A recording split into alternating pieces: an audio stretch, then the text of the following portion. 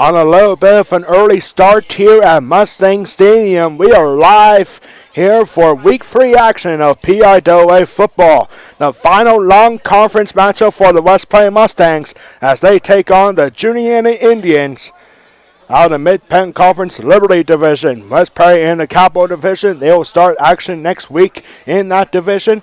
And we have a little bit of an early start due to severe weather that's on its way here apparently. So we're going to try to get this game in as much as we can before the severe weather heads our way here at Mustang Stadium.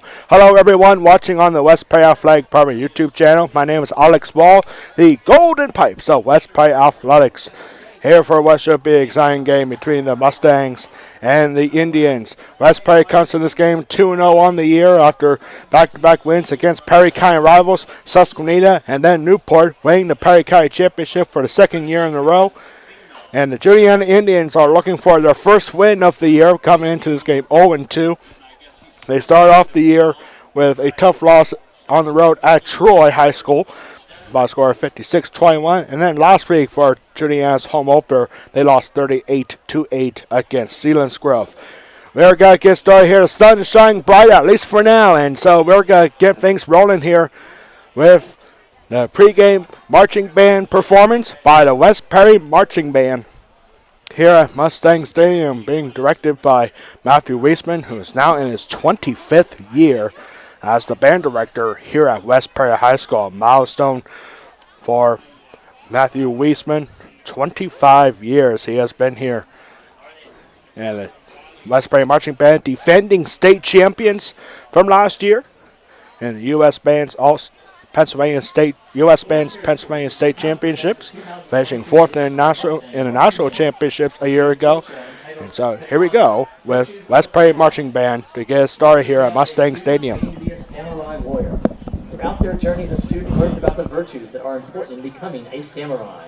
In Part 1, Honor, Taiko drums set the stage for this powerful opener. Part 2, Compassion, is a beautiful ballad that features alto saxophone soloist Isabella Alonzo. Part 3, Justice, is a fast-paced and powerful conclusion to our show. Instructional staff for the Mustang Marching Band include Director of Bands Matthew Weisman, Color Guard Designer and Instruction Nicole Wood, Percussion Instruction Noah Kittner, Musical Arrangement Jared Klarfeld, Percussion Arrangement Dustin Chambers, Drill Design Tim Newland. Senior members of the 2023 Mustang Marching Band include Issa Benz, Warren Grove, David LaChance, Colton Miller, and Riley Sheffer. The students and staff would like to take this opportunity to thank the West Prairie School District Board of Education, administrators, the West Prairie Music Partnership, and community for their continued support of the program. We hope you enjoy our musical and visual presentation of Katana, Virtues of a Samurai.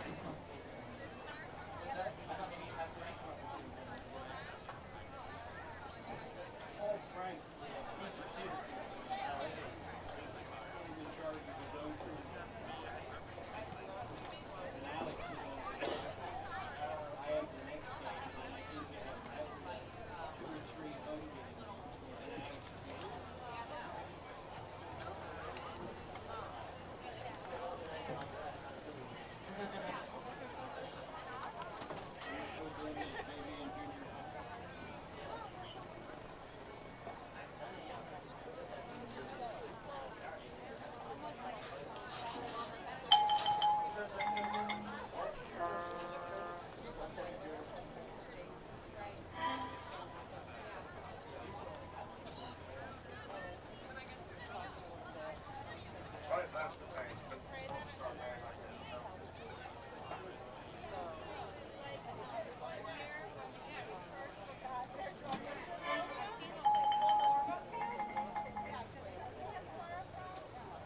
guys got it. Relax for a minute, guard. You have time. Wipe your hands off. They're sweaty.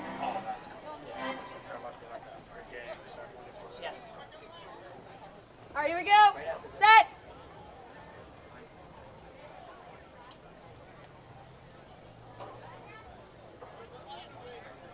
You got it.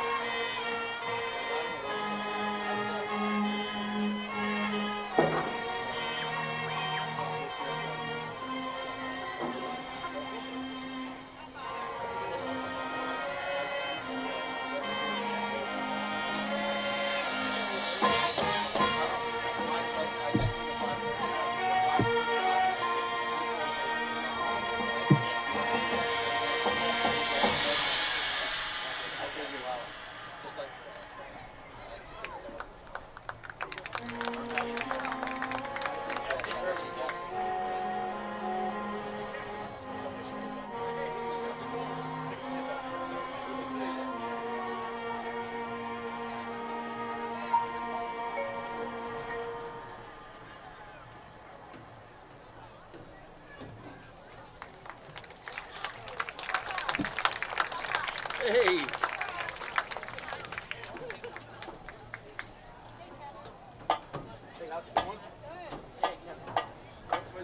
I know. Ryan asked me, he's like, did I hit everybody? And I kind of looked at the list he sent the email to, but I didn't. It was 5:30 and I was getting nervous. I was like, I feel bad. I was here an hour.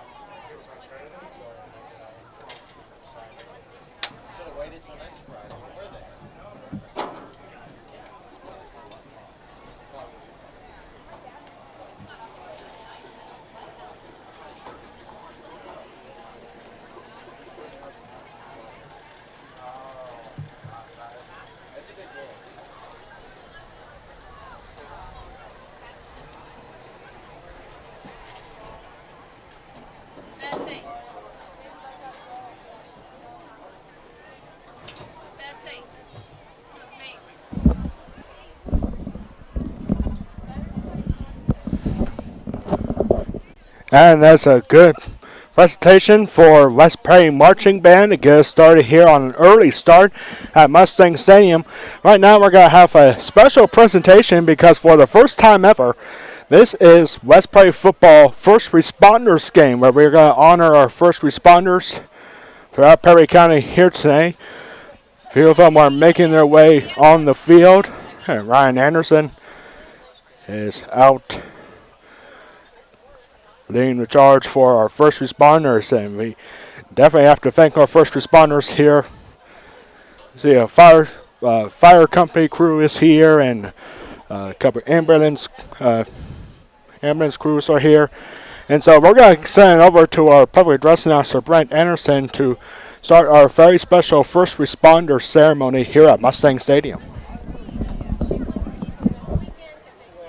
At this time, it is a pleasure to welcome you to our first annual First Responders Night. We are honored to have with us tonight first responders from the New Bloomfield, Shermansdale, and Landisburg Fire and EMS companies. A career in public safety requires a commitment like no other. Those that enter into it do so understanding that it requires long hours, having to put oneself in dangerous situations, and a dedication to the community that they serve. This is especially true in Perry County, where it is done in large part on a volunteer basis. Those individuals that do this see it not as a job, but as a calling, and in our greatest times of need, they are there to answer that call. We ask everyone now to please stand and show your appreciation for all the first responders of our community and thank them for their dedication and the work that they do.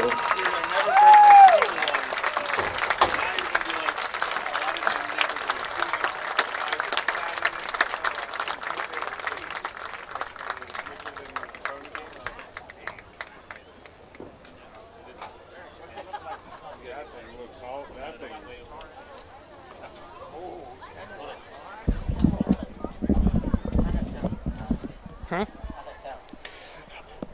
I hope it was good.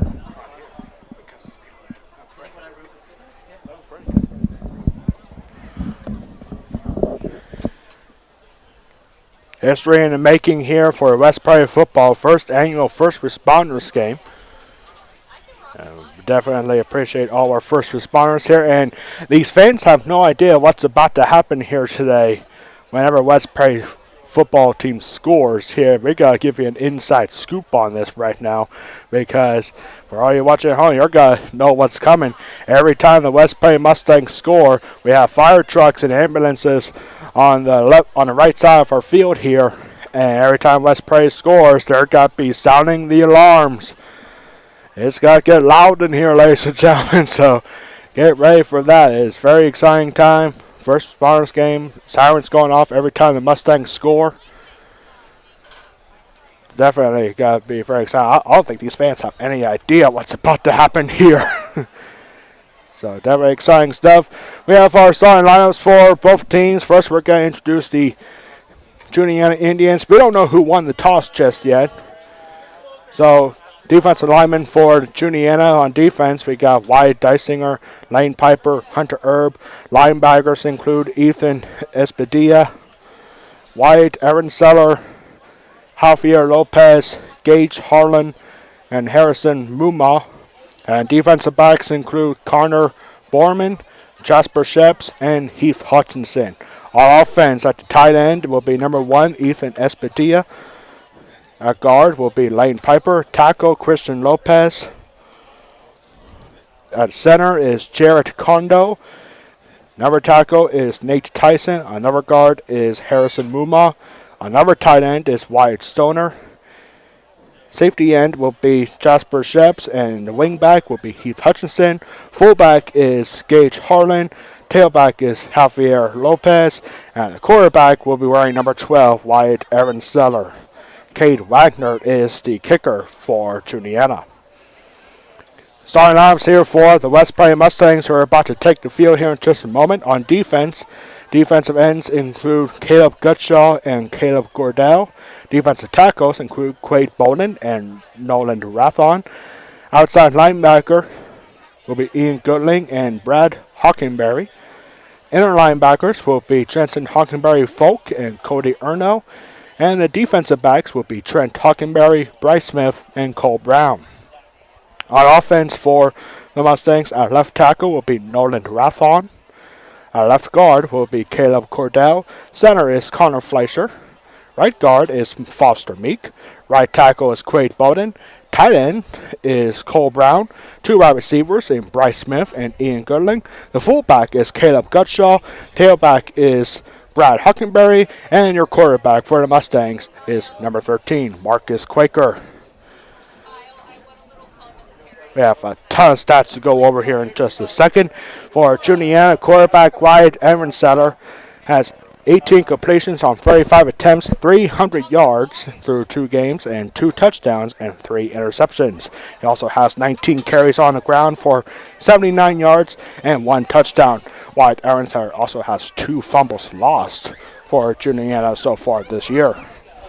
Wide receiver Jasper Sheps is the top target for Ehrenseller. Jasper Sheps has 13 catches for 252 yards and 2 touchdowns. He also has 14 tackles, with 11 of them being solo on defense.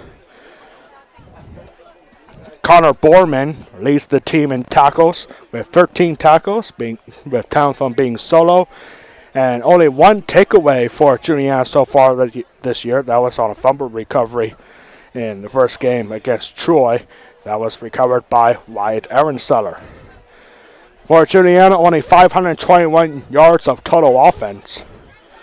And West Prairie is currently Ever since this rivalry got renewed in 2019, the Mustangs have won 4 straight against Juniata, including last year on the road at Mifflinburg by a score of 24-0. And last time these two teams were here at Mustang Stadium was in 2021, when the Mustangs beat Juniata by a score of 25-14. Wes Perry, quarterback, completing 75% of his passes. He has 25 completions of 33 attempts for 360 yards and 3 touchdowns. No interceptions so far for the senior Marcus Quaker. Brad Hockenberry, the running back, leads the team in rushing with 181 yards on 16 carries for 2 touchdowns. Caleb Gutshaw leads the team in scoring. Caleb Gutshaw has 17 carries for 112 yards and 5 touchdowns for Caleb Gutshaw through 2 games.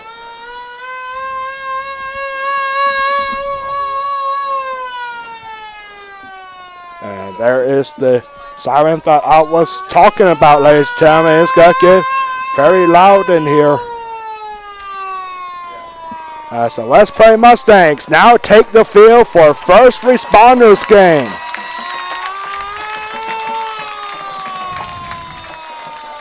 Actually, that's a siren coming down from midfield. First responders game here at Mustang Stadium. Ian Goodling leads receivers he has been targeted 14 times. He has 11 catches for 191 yards and 1 touchdown. Wide receiver Bryce Smith has 7 catches for 118 yards and 1 touchdown. And Cole Brown is perfect. 3 targets, 3 catches for 43 yards and 1 touchdown. Ian Goodling also leads the team with tackles, 15 of them, 13 of them being solo, 3 tackles for loss for 9 yards. He also has 2 sacks. Caleb Gutshaw leads the team on defense for sacks. He has 2.5 sacks for 17 yards. West Prairie coming off a Perry County Championship win. West Prairie football game, the season start at home against Susquehanna by a score of 45-22. And then last week, West Prairie Mustangs coming off a big win on the road at Newport by a score of 41-7. West Prairie Mustangs take the field here, and we are getting set. Juniata waiting to take the field, and it is splatter night for the West Prairie student section. The West Prairie student section all covered up in green and white paint. White shirts and green paint all over themselves. It is splatter night, and with this rain coming, who knows how much of that paint will last in this game. Juniata now takes the field as we are getting set for the coin toss. Again, with no official word on who won the coin toss just yet. They usually have it before the game, but they might have missed it because of a very early start here. What's up? I know that. We just don't know who won it yet. So we gotta see who won the coin toss. Will be Juniata captains, number 20, Hugh Hutchinson, number 33, Alan Barnes, number 34. And we got the captains come back to line up here for Juniata. You got number 20, Heath Hutchinson, number 33, Talon Barnes, number 34, Seth Lobb, and number 52, Jared Kondo. For the West Prairie Mustangs, about to take midfield is number 12, Bryce Smith, number 13, Marcus Quaker, number 14, Ian Goodling, and number 21, Cody Erno.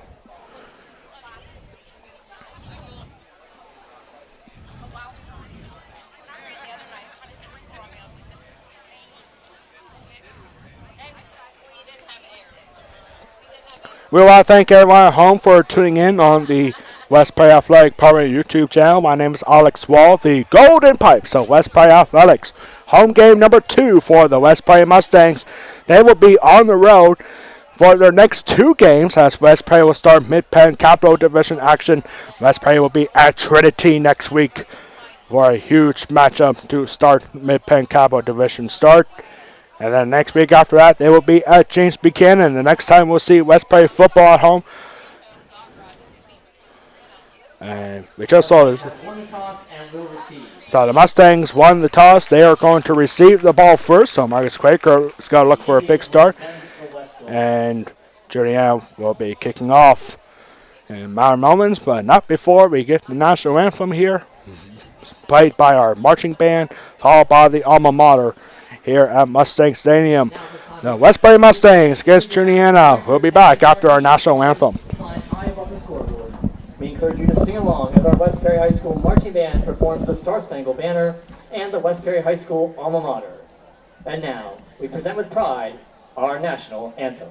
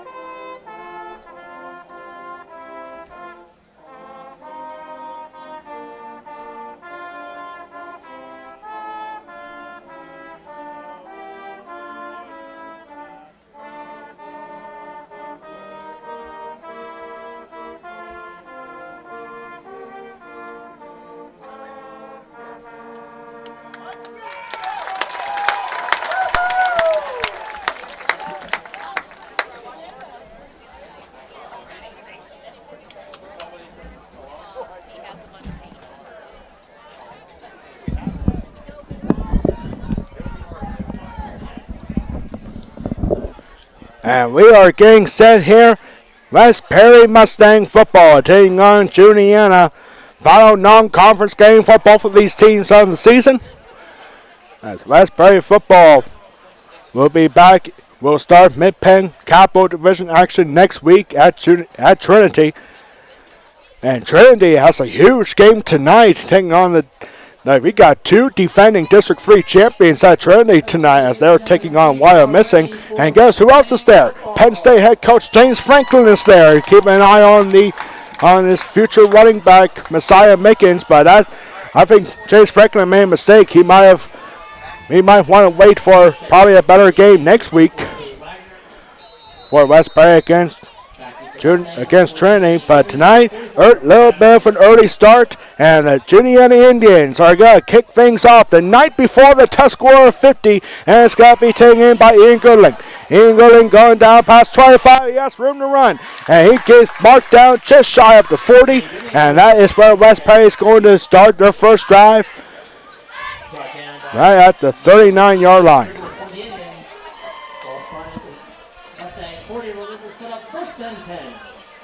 So first and 10 at the 40 coming up here.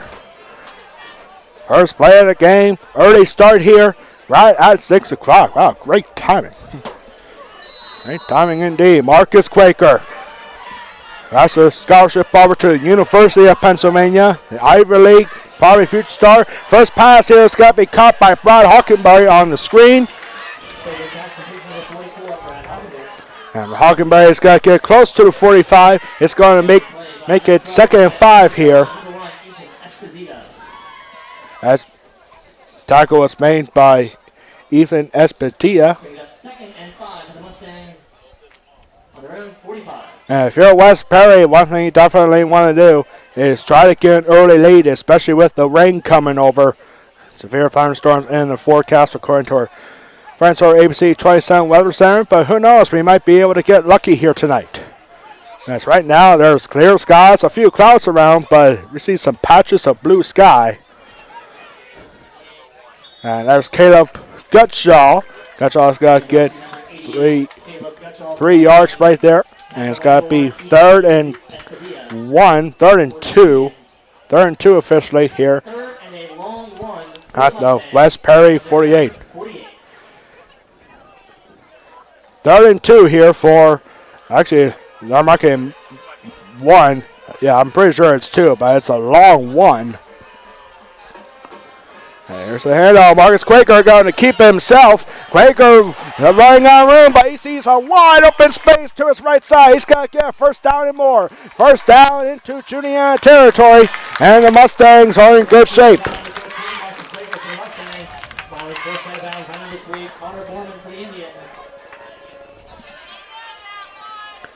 Marcus Quaker almost getting wrapped up in the backfield, but he was able to turn around and get past midfield, and it's going to go all the way to the Juniata 40. Marcus Quaker, that is what he does best, a quick turnaround. He knows he's in trouble. He rarely gets sacked, Marcus Quaker does. So first and 10 from the Juniata 40, and a quick handoff here to Gutshaw. Gutshaw reaching for extra yardage, and he's got to get maybe 2 yards on that run, and it's going to be 2nd and 8 coming up. He's tackled by number 60, Matt Scribble for the Indians. Pick up a 2 on the play, brings up 2nd and 8 for the Mustangs. On the Indians 37.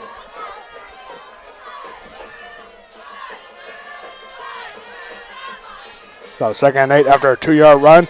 Quick green here, caught by Ian Goodling. Goodling going past the 30, and that's going to be enough for a first down. Quaker passes with number 14, Ian Goodling. He's brought down by number 11, Jasper Shucks for the Indians. For the Mustangs, 1st and 10 on the Indians 27. A good pickup of 12 yards that time for Ian Goodling. So it's got to be 1st and 10 from the Juniata 27. This might be a free play here. That's a quick handoff here to Hoggenberry. Hoggenberry with room to run. He's in. Touchdown, Mustangs. 27 yards for Brad Hockenberry. And there go the alarms. First Responders Day.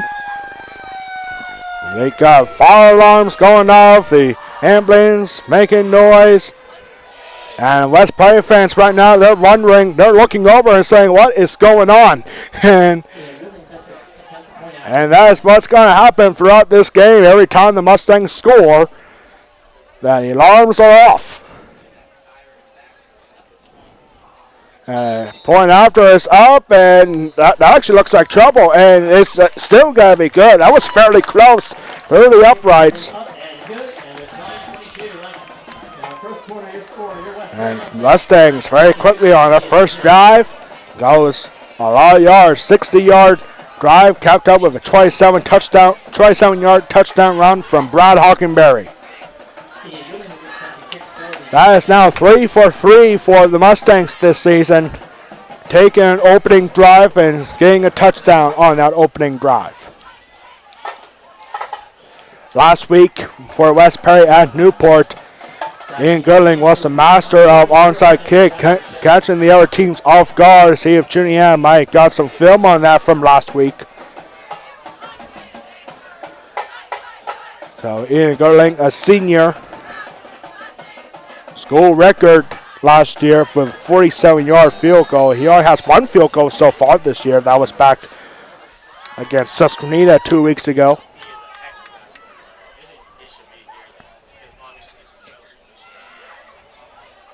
And this side ball just short of the goal line. And West Perry, this has been an issue for the Mustangs last week. Giving up big drives, big kickoff returns.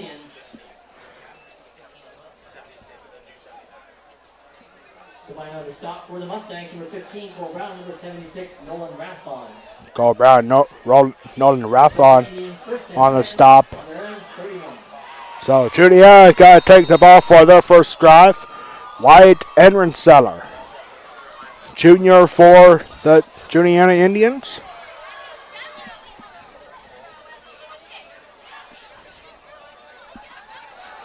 Ehrenseller going for a screen pass, caught by number 22. That's Javier Lopez.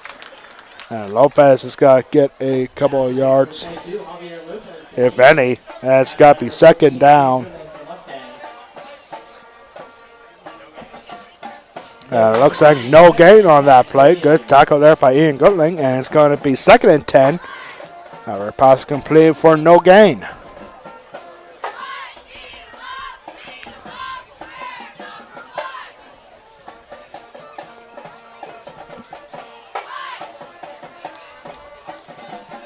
There's a quick handoff here.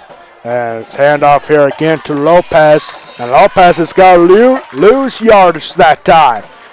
Good pressure to the left side for West Prairie defense. It's going to be third and long now. After a loss of 4, it's going to be third and 14.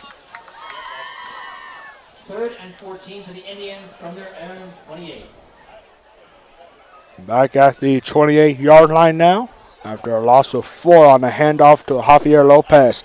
West Prairie with a strong rushing defense. That's going to be key for them next week when they go to Trinity against Messiah Mickens. And looking to pass is Ehrenseller. Ehrenseller up high, and that's going to fall incomplete. And it's a 3 and out for the West Prairie defense. Juniata's got to be forced to punt. Number 84, Wyatt Stoner, falls incomplete. Number 12, Bryce Smith on the coverage for the Mustangs. Fourth and 14. Wyatt Stoner was the intended target. And it was overthrown there by Wyatt Ehrenseller. Back deep for the Mustangs is number 15, Cole Brown. Set to punt for the Indians, number 11, Jasper Sheps. Jasper Sheps is back to punt this one away. And it's a line drive punt here. This is going to be taken by Cole Brown. Cole Brown's got to get past midfield and out of bounds. And West Prairie's going to have a good spot here in Juniata territory. 7:39 left to go in the first quarter. The Mustangs are trying to blow this game open before the severe weather comes over. But a big crowd here tonight for West Prairie football against Juniata. Juniata fans making a short trip from Mifflintown to come here to Elliotsburg.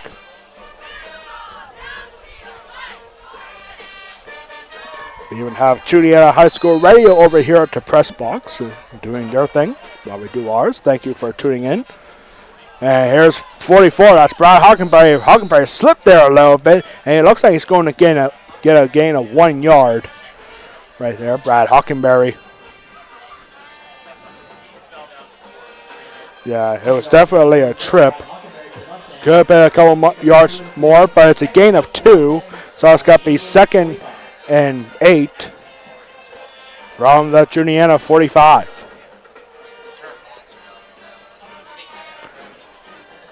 That's what I'm thinking. It might have been the turf monster at that time catching up to the Mustangs. Brand new AstroTurf here at West Prairie this year.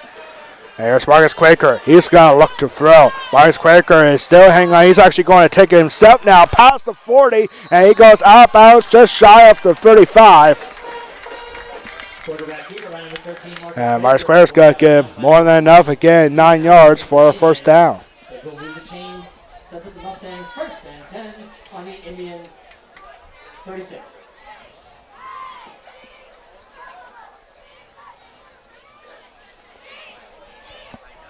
First and 10 here for the Mustangs after a 9-yard run for Marcus Quaker. And a quick handout. Caleb Gutschall goes right into the pack. A big stop there for number 53. That is for Juniata. That's Lane Piper. So no gain right there. It's got to be second and 10 for the Mustangs.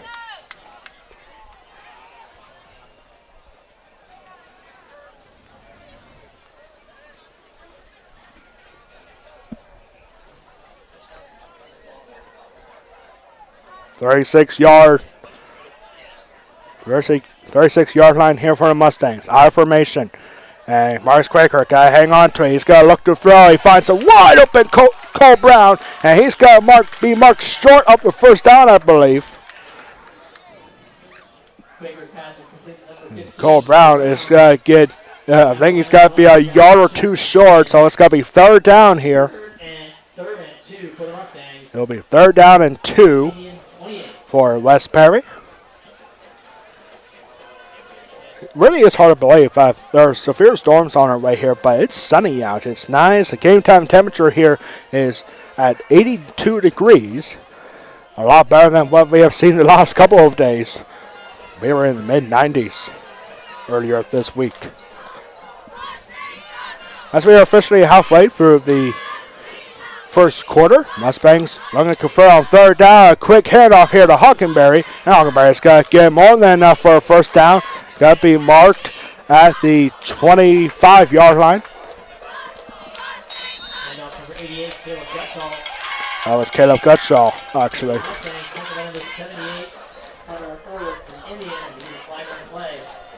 Actually, we got a flag here afterwards now.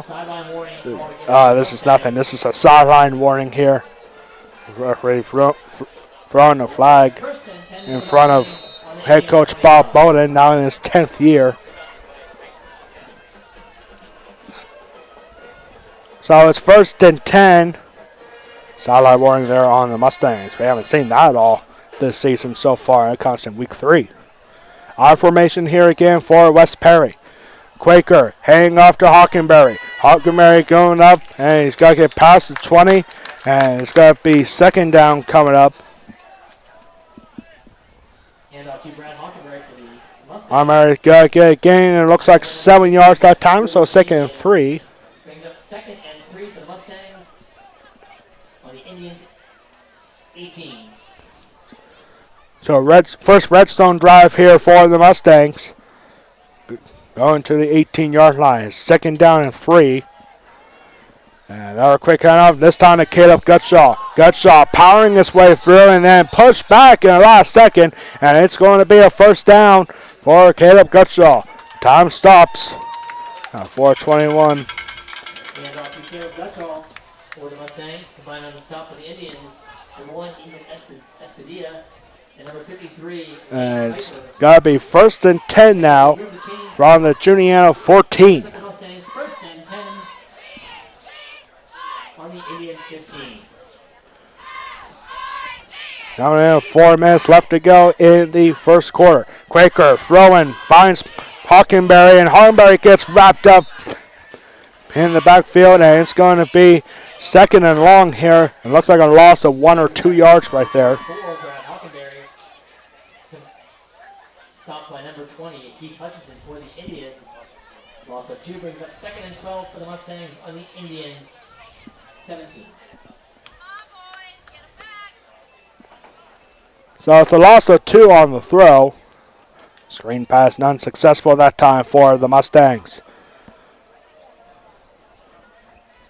2nd and 12 here. Quaker looking to throw on the slant. He finds, that is number 12. That is a touchdown for Bryce Smith. Bryce Smith with a touchdown. The sirens going off again here. Number 14, Adrian, set to attempt a point after for the Mustangs.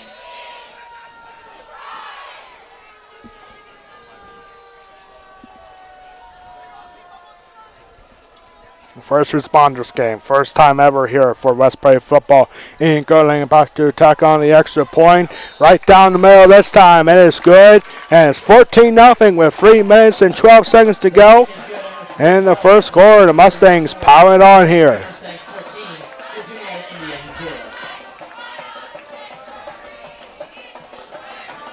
According to our friends over at the ABC 27 Weather Center, we could start to see some heavy rain around 7 or 7:15. And it's supposed to get really bad between 9 and 11 o'clock.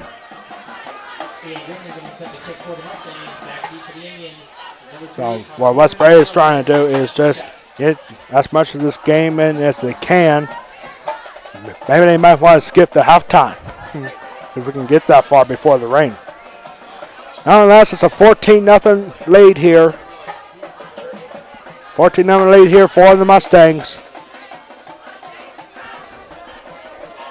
First, there was a big run for Brad Hockenberry, then a good pass on a slant from Marcus Quaker to find Bryce Smith.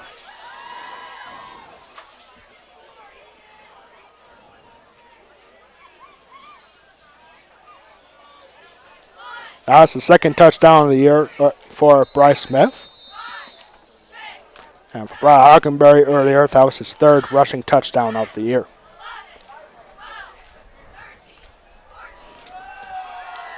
And Ian Gerling kicks it off. And it's going to be taken by number 11. That is Jasper Shabs. Shabs, the big kickoff return man. By that time, the Mustangs get to him early. Getting to the 20-yard line. And it's going to be 1st and 10 from the 20 for the Indians on their second drive.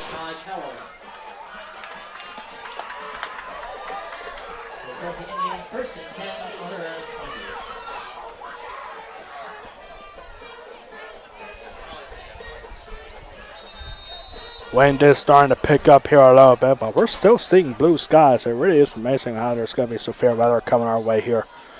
Who knows, we might catch a break. So here's Aaron Settler. And that is a run. And it's not going to be good. That's Javier Lopez again. Number 22, Javier Lopez. Javier Lopez getting no gain there. Actually, he does get a gain of 1 yard, so it's going to be 2nd and 9. Gain of 1 play brings up 2nd and 9 for the Indians. On the Indians, 21.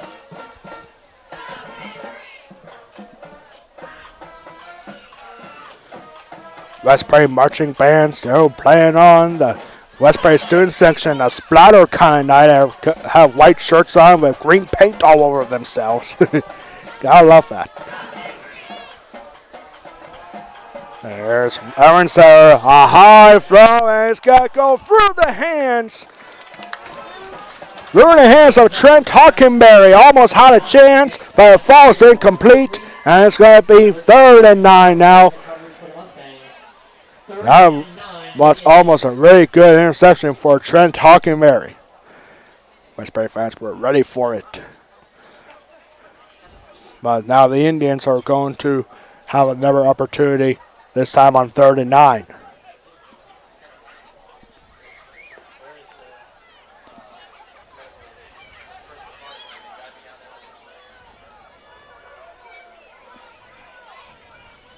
Aaron Sadler 4 wide here for Juniata. And throw, and this got to be caught, and it's got to be more than enough for a 1st down. This is caught by Jasper Sheps. Aaron Zeller passes to big number 11, Jasper Sheps. Jasper Sheps, the big target for Aaron Seller. And number 44, Brad Hockenberry. So the Indians, 1st and 10. Jasper Sheps, that's now 14 catches for him. He has 2 receiving touchdowns for Juniata in the first 2 games. Coming in now, less than 2 minutes to go here.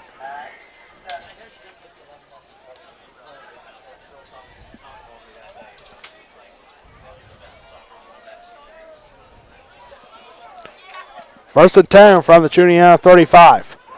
Quick handoff here. No, quarterback keeper for Aaron Sutter, and he's going to lose yards that time.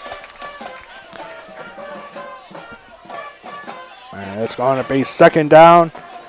Actually, I thought he lost yards there, and turns out it's no gain, so 2nd and 10 now for Juniata. Number 42, Jensen Hockenberry Falk getting his first start of the season here tonight, and he's credited with the stop right there. So 2nd and 10 with a minute to go in the first quarter. Well, for our Westbury Athletic Power Trade question of the game coming up in just 1 minute.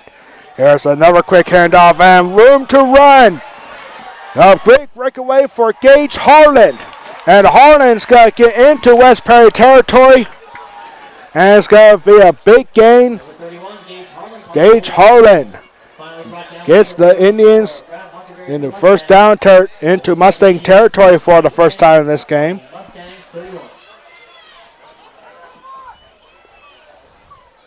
We have seen that a couple of times for Westbury football in the last 2 games. Some big plays. And in that case, it was a big run down all the way into the Mustang 31-yard line. Big spot there. That was on 3rd down, too. Risky call, but it pays off big time for Juniata. Aaron Seller looking to throw again, and a shove there, and that's going to fall incomplete. Target was Heath Hutchinson. And now 11 seconds to go in the first quarter.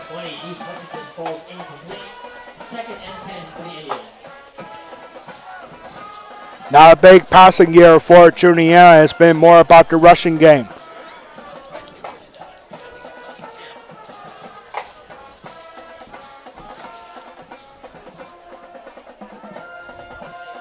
Heath Hutchinson only has 1 reception so far this season for Juniata. That would have been his second.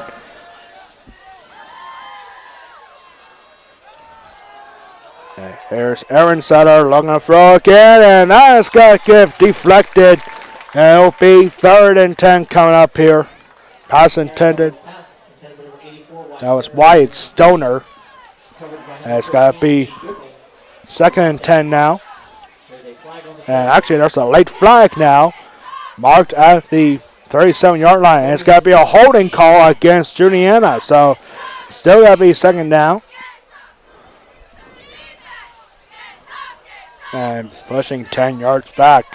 It's got to make it 2nd and 20 now from the 41-yard line. This will most likely end the first quarter here. First penalty marker of the game on the Juniata Indians.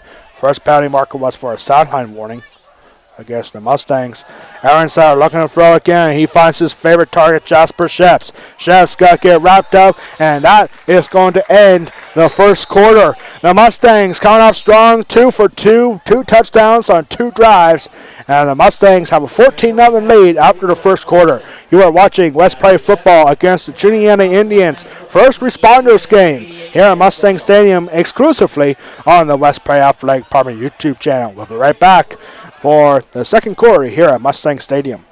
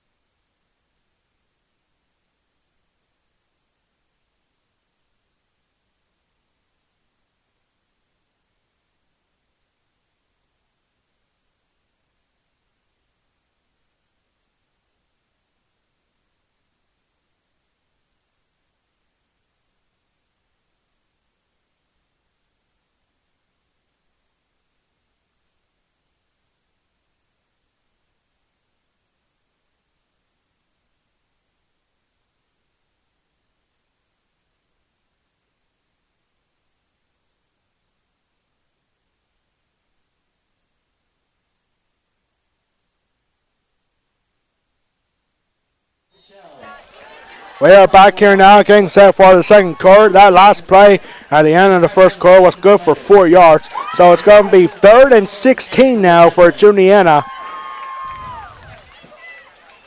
And 3rd down, looking to throw a deep pass down the sideline and caught! Jasper Sheps over hurling his defender.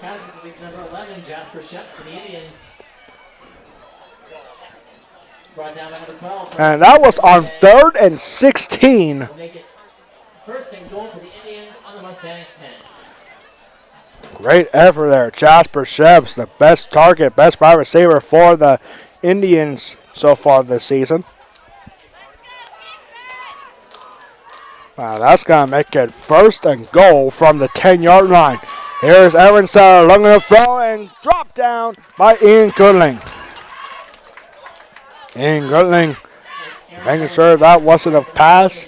That wasn't complete. That would have been for a touchdown, but Ian Goodling just batting it down. 2nd and goal now from the 10. After this drive, we'll have our West Prairie Athletic Department trivia question of the game after this drive. And Juniata looking to cut this lead in half. 14-0 after the first 12 minutes for the West Prairie Mustangs.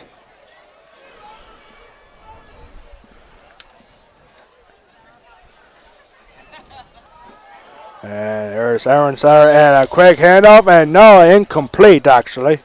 There was a throw apparently, and it's going to be 3rd and goal now from the 10. Pass intended for Heath Hutchinson. 3rd and goal for the Indians. 3rd and goal from the 10. This is the first red zone possession for Juniata in this game. Only 2 drives for each team. It was a very quick first quarter. 3rd and goal from the 10. Aaron Sutter, 4 wide here for Juniata. Might be going for verticals here and a high pass, and this is going to get dropped and picked up. And no! Great effort right there for Wyatt Stoner, who tried to get a last-second catch after that deflection, but it's going to be fourth down. That would have been amazing if Juniata with Wyatt Stoner would have been able to hang on to that. But it's 4th down, and I think Juniata's got to be going for a field goal here.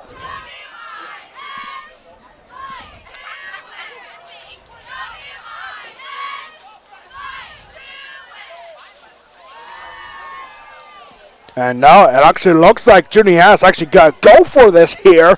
No wide receivers here. It's a full house formation. And Juniata will pay this off on 4th down. And Aaron Sauer in trouble. And a throw, it's got to be well short. And that is going to be a turnover on downs. The pass was completed. Good for 2 yards. But the Prairie Mustangs will take over on downs. Right now, here's our West Prairie Athletic Park trivia question of the game. True or false? West Prairie football once had a stretch of 4 straight years where they started 3-0. True or false? West Prairie football once had a stretch of 4 straight years starting at 3-0 for the first 3 games. We'll have the answer for you coming up on the West Prairie Athletic Park halftime report. Mustangs now taking over on their own 8. Tight ends in motion, and this is going to be a run here for Marcus Quaker, actually. Quaker bang up one tackle, a flag comes in, and Quaker just goes out. And see, I think this might be coming back. This is going to be a holding against the Mustangs. And it's got to be half at this. It's got to be marked from the spot of foul. It's at the 19. So that's got to be bringing them back to the 9. It's got to be 1st down, and I think 9. It is from the spot of the foul. I think Marcus Quaker knew it right away. And actually, no, it's actually going to be half the distance.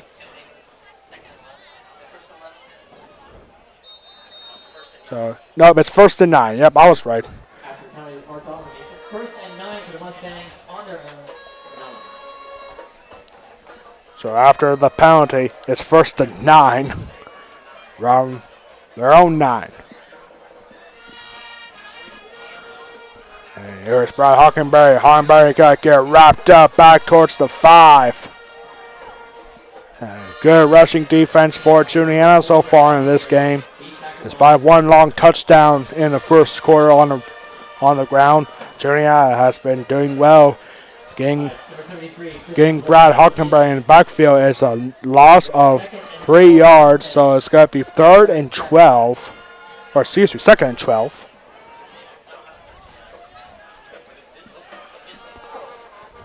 And Quaker looking to throw. And he overshoots his target. That was Bryce Smith.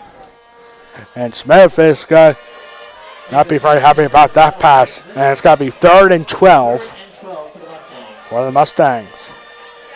West Prairie so far through 2 games and 1 quarter, they have not had to punt the ball once so far in this season. Now the Mustangs, deep in their own territory, has to convert on 3rd and 12 to keep that streak going.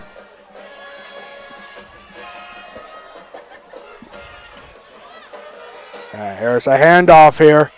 Handoff to Harnberry, and the rushing game is just not working for the Mustangs today. Backing up some more at the 4-yard line. That was actually Marcus Quaker on the quarterback keeper. But Juniata has done their homework on Westbury, trying to stop a 4-game losing streak since this rivalry got renewed back in 2019. And now the Mustangs are going to be forced to punt. Marcus Quaker is going to punt from the end zone here. Got to be very careful on this now. And a flag now comes in.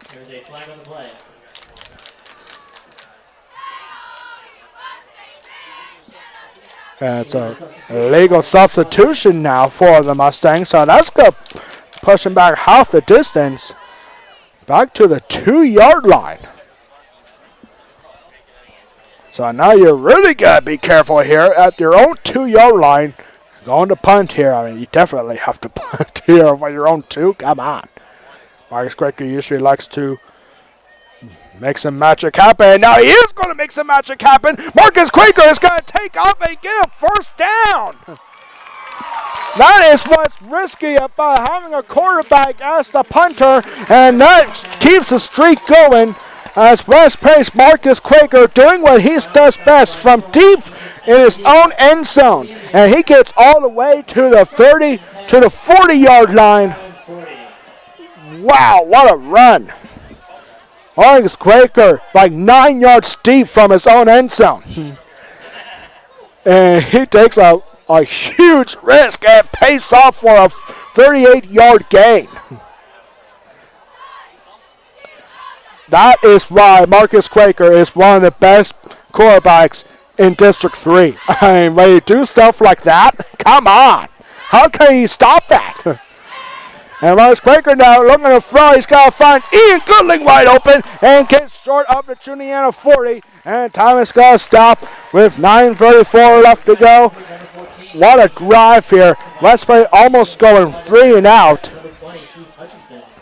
Sets up the Mustangs first and 10 on the Indians 41. We're going to be seeing some lightning perhaps later, but right now the Marcus Quaker is showing the lightning here with his feet. And quick pass to Ian Gunning gets into Juniata territory.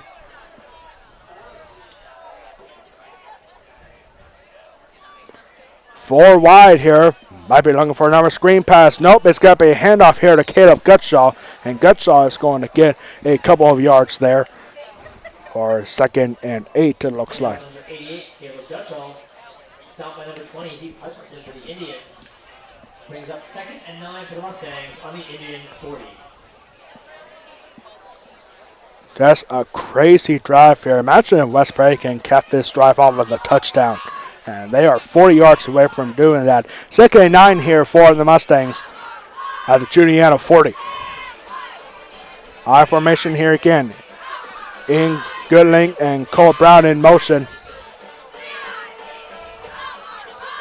And here's a handoff to Hockenberry. Hockenberry with room to run, and he's got to get stopped. Double leg takedown right there, and it's got to be short of the first down. It's going to be 3rd, and looks like maybe 3 for the Mustangs at the Juniata 34-yard line. 3rd and 3 for the Mustangs on the Indians 34.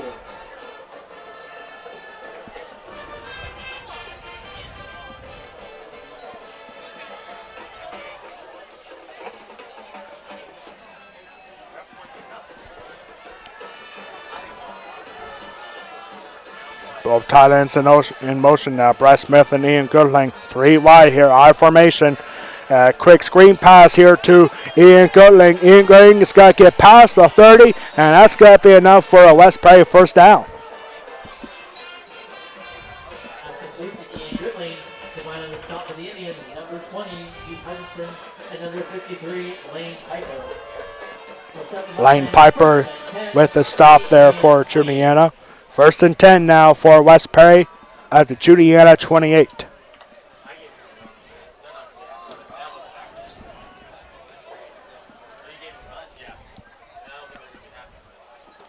Angling handoff here to Gutshaw. Gutshaw going right through the heart of the pile there, and he's got to get close to a first down, and I think he got it. It is going to be a first down. Caleb Gutshaw taking the ball up the middle for the Mustangs.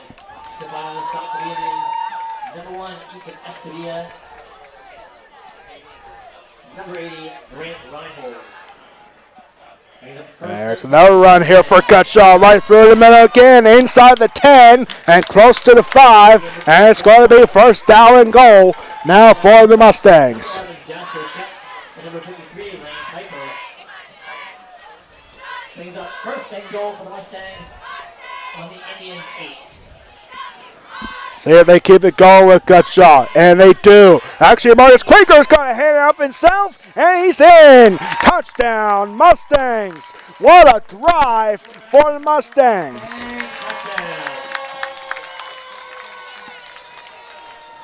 My goodness, ladies and gentlemen. That is one of the craziest drives that you will ever see for West Prairie football. When they looked like they were about to go 3 and out and force the punt, but Marcus Quaker 9 yards deep in his own end zone.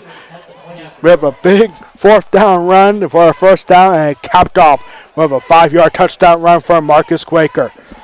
That is what Marcus Quaker does best, ladies and gentlemen.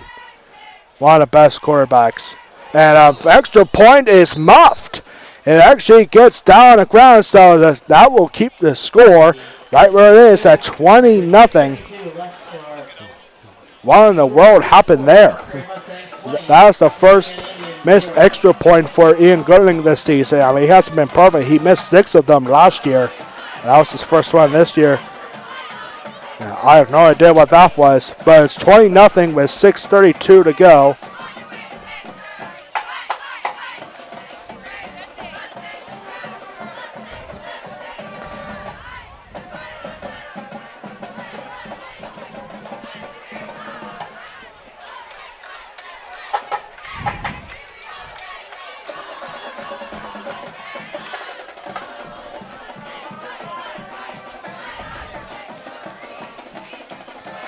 Got a lot of first responders there, even with severe weather. We are starting to see a few nasty clouds here to our right here. It looks like it could produce a little bit of rain, but also snow, thunder, and lightning will keep on rolling. In going to kick it deep. And that's going to take a hop and taken by the Indians. This is number 3 for Juniata, and he's got to get past the 25, and that will be it.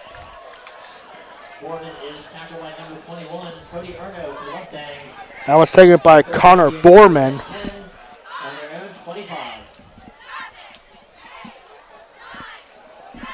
The Juniata Indians will start their next drive down by 20 on their own 25-yard line. See if Juniata can find a way to make some fireworks here at Mustang Stadium. Last year, the West Prairie Mustangs shut out the Indians at Juniata High School last year. Score 24-0. West Prairie trying to keep that streak going. Aaron Setter, a quick toss here. A quick toss. This is Heath Hutchinson. Hutchinson's got room to run. Getting past the 50, and he's got to get all the way past the 35-yard line. A huge gain from the 25. Number 20, Heath Hutchinson finds a lot of room down the far sideline. A huge gain all the way to the 30. Number 42, Jensen Hockenberry Folk. But the Indians are set up first and 10. 45-yard run on the option play. Heath Hutchinson, a big gain. There was nothing that West Prairie was going to do about that.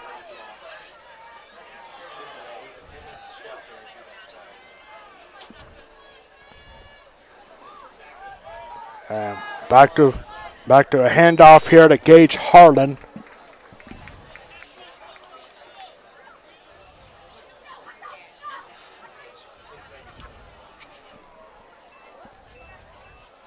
And it's got to be a gain of, looks like 3 yards that time. That was Gage Harlan on the run.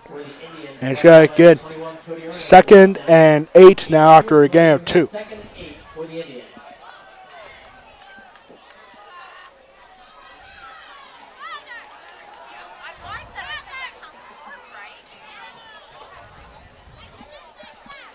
Another quick handoff. West Perry was ready for it this time, but it's got to be 3rd and maybe 5.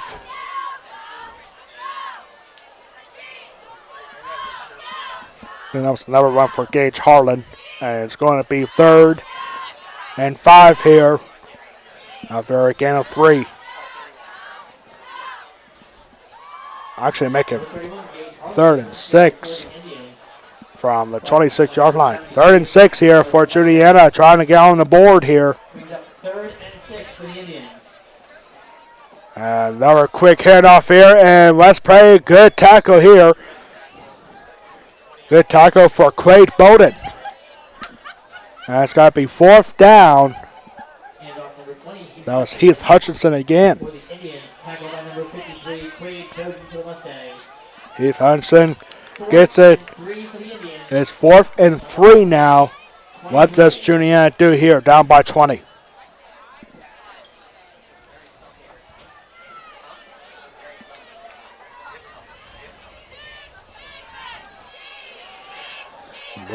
Juniata's going to decide to go for it here from the 23.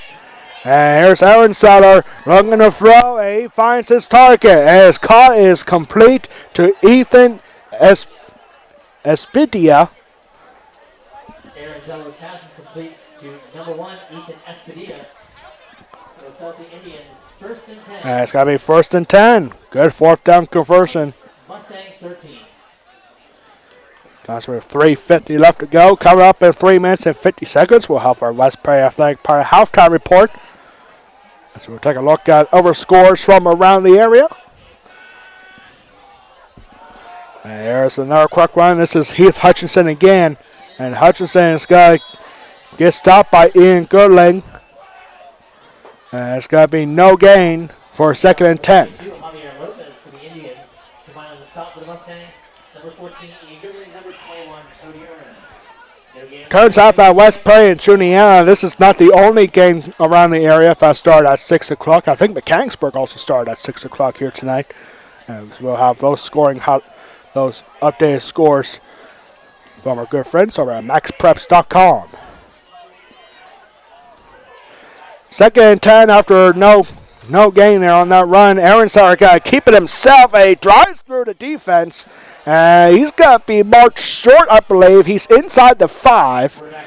And I think he's got to be marked at the 5.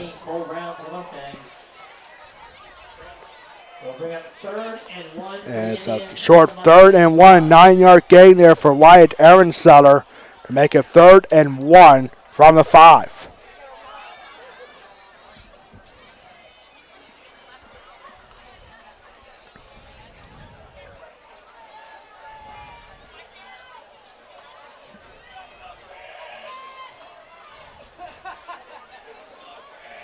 And step back. Runner in motion. This is Hutchinson. Hutchinson is going to dive for it. He's in. Touchdown, Indians.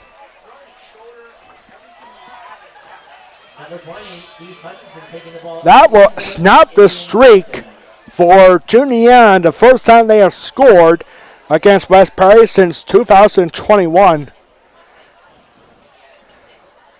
And now, extra point about to be attempted here by Cade Wagner. Very smart drive. It all started with a long run from Heath Hutchinson and is capped off with a Juniata touchdown. Point after is up, and it is good. With 2:22 to 2:19 to go in the second quarter, the Indians are on the board. It's 20-7 here at Mustang Stadium. We'll be right back to resume action.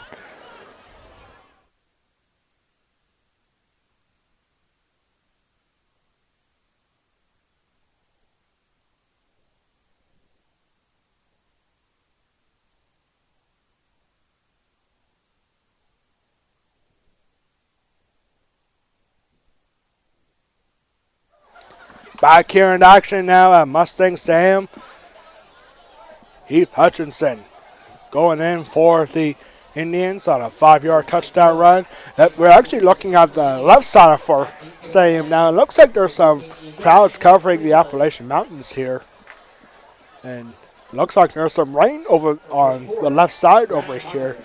Nothing so much on the right side here, but it looks like there's rain to our left side heading towards Blaine and New Germantown. And this is a line drive kickoff here. It's a squib kick, and it's got to be taken by Goodling. Ian Goodling's got to get past the 35. So good starting field position here on the West Prairie's next drive. Mustangs are probably going to look to get that touchdown back. Have you ever thought of becoming a PIAA official? You ever thought of becoming a referee for football? Now's your opportunity. Go to PIAA.org to find out how you can become a PIAA official. Again, that is PIAA.org.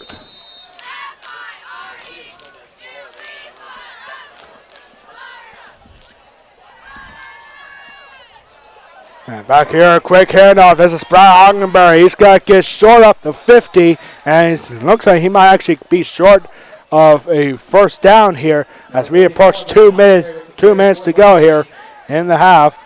Hockenberry, a 9-yard run, is going to make it 2nd and 1.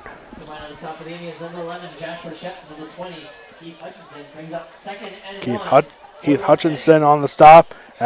Marcus Quaker got to keep himself. He's under trouble. He's got to get wrapped up way past the 40. Big stop. That is Connor Borman for Juniata, and now West Prairie. Actually, Juniata is going to take a timeout with 1:29 to go.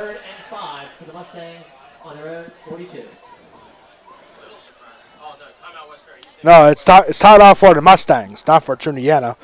It is a timeout called by the Mustangs, not the Indians. And that was a little bit of a surprise. It was 2nd and 9, and I thought the sack was going to get credit because I guess the play was ruled dead, and so it's not nearly as bad as what it looked like it was. It's going to be 3rd and 5 here.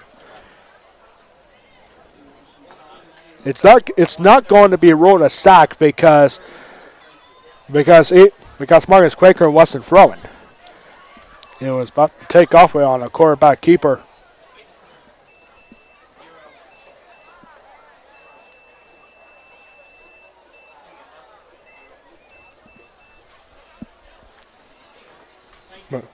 Looks like we got a little bit time added on here. It's got to be 1 minute and 34 seconds add on here. So after a big loss, it's got to be 3rd and 5. Marcus Quaker, West Prairie I formation here. Handoff here to Hockenberry. Hockenberry, 40, a couple of tackles, gets into Juniata territory, and the Mustangs confirm 3rd and 5 to the Juniata 48.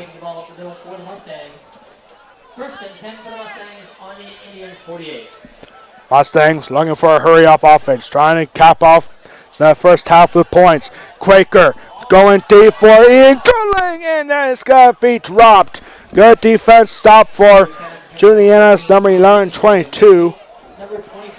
That is Jasper Sheps and Javier Lopez.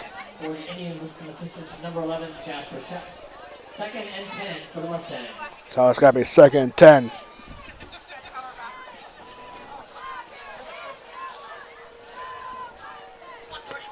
Second and 10 from the Juniata 48.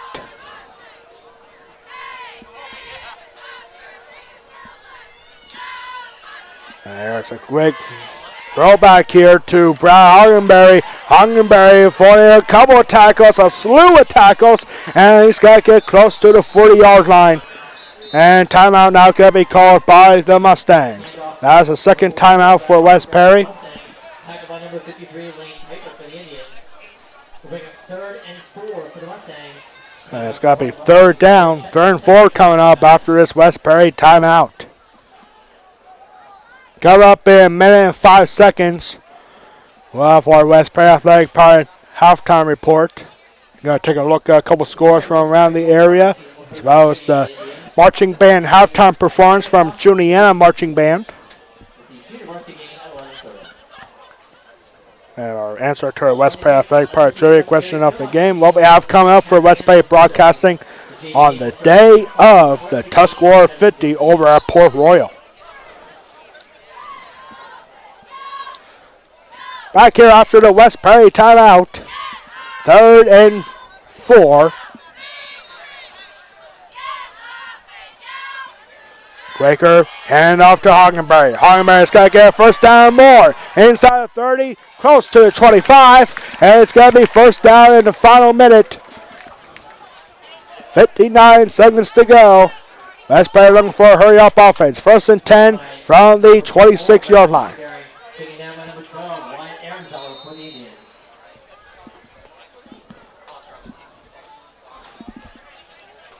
49 seconds to go.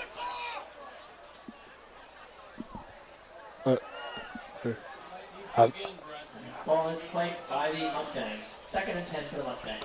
I guess the ball was spiked actually to save some time. 51, thanks, Tom. 51 seconds about to be put on the scoreboard here. Our scoreboard operator here is Ron Lewis. Good buddy of mine throughout the years. 51 seconds. And it's got to be 2nd and 10 after the ball was spiked.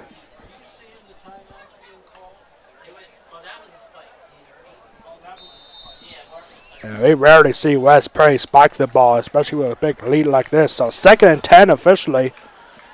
And Rice Quaker looking to throw, and a great reach there. And this is going to go distance. Bryce Smith, touchdown!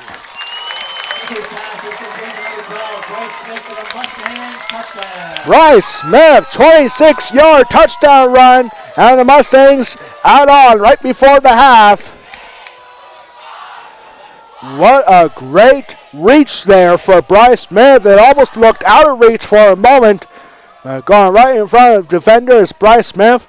And see what West Prairie decides to go for here. They might be going for 2. It looks like that's the signal from Bob Bowden here.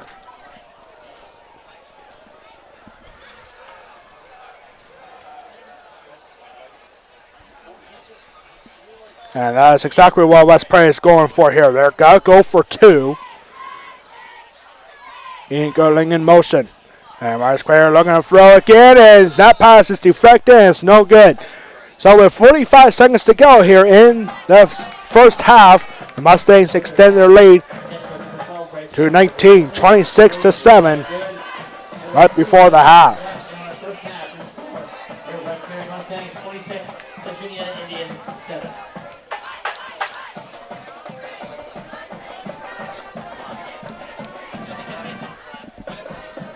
If you're Juniata, you're going to be looking for a very quick drive as now we're starting to see the rain to our right side here, to our left side here of the stadium. Hopefully that stays over there, but I don't think we're going to get that lucky here. If anything, we might be having a rain delay before the second half starts. Juniata band is going to be performing here during a halftime performance. Again, we want to thank everyone at home for tuning in on the West Prairie Athletic Park YouTube channel. My name is Alex Wall, the Golden Pipes of West Prairie Athletics. Here for what so far is a good game for the West Prairie Mustangs. They're going to start 3-0 for the 3rd consecutive year.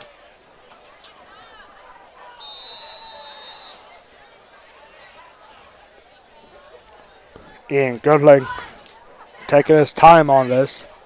Ian Goodling about to kick it back to the Indians. It's a squid kick here. This number 31, Wyatt Stoner. And he's got to get wrapped up past the 40. And we'll have 40 seconds to go. And he's got to get past the 40, make it a 42-yard line. And that's where Juniata will start perhaps their final drive of the first half.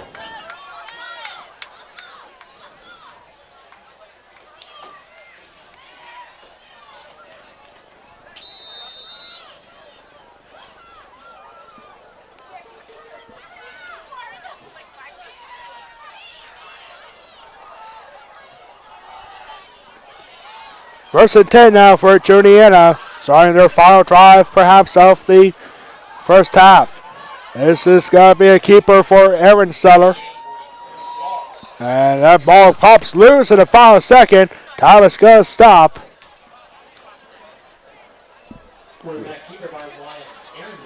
Aaron Seller on the quarterback keeper. Looking like he lost the ball there for a second.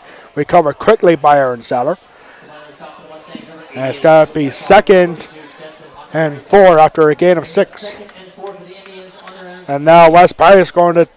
Oh, are they taking a timeout? I didn't see anything signal either. So the managers are out.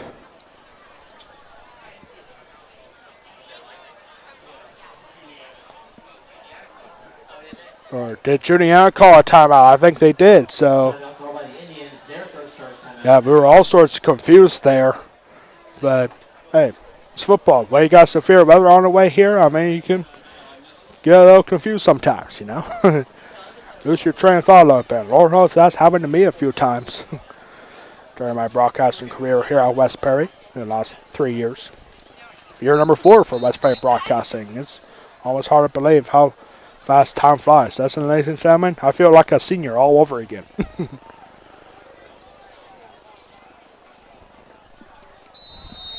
31 seconds to go before the half.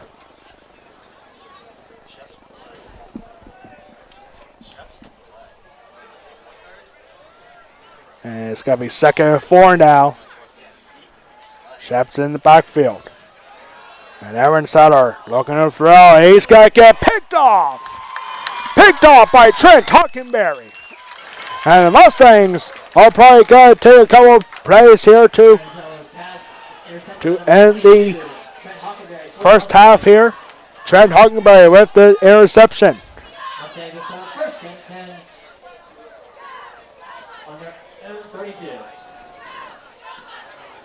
The Mustangs are going to take over at their own 32-yard line. As the skies are starting to get a little dark here.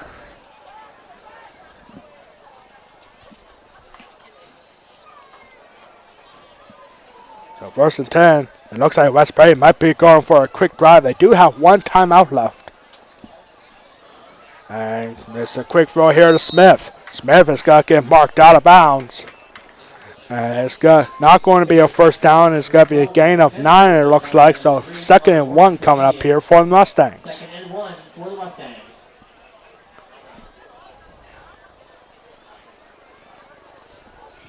Yep, I think West Prairie is going to try to tack on 1 more right before the half, because who knows if there might be a second half with the severe weather heading our way. Quaker looking to throw again. Quaker got to go deep, and this is going to get intercepted at midfield. Intercepted. Quaker's pass is intercepted by number 11, Jasper Sheps. That is Jasper Sheps on the interception. And with 14 seconds to go, Juniata will take over right at midfield. That is the first interception thrown on the year from Marcus Quaker. And there was no Mustangs around that ball. It made it a little too easy for Sheps. And that is the first interception of the year for Juniata defense.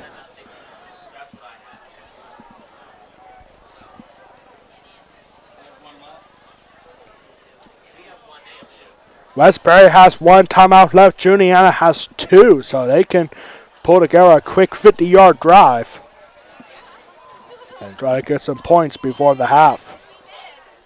Aaron Seller looking to throw. Aaron Seller about to get pressured by Bryce Smith, and up in the air. This is going to be caught. Caught by Sheps again. And it's going to get into West Prairie territory, and timeout called by Juniata. 9 seconds left to go. Juniata down to 1 timeout left. This is their 2nd of the half. Kind of a long ending to first half here, ladies and gentlemen. The first quarter went by really quick, and so did most of the second half. But this feels like almost feels like a basketball game, doesn't it? Long ending to the final 2 minutes. Mustang JV football team will play Monday evening at Juniata High School. Kickoff is set for 5 o'clock.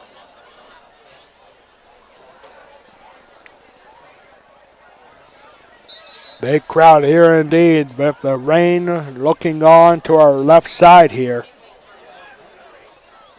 And it's 1st and 10 from the Mustang 34.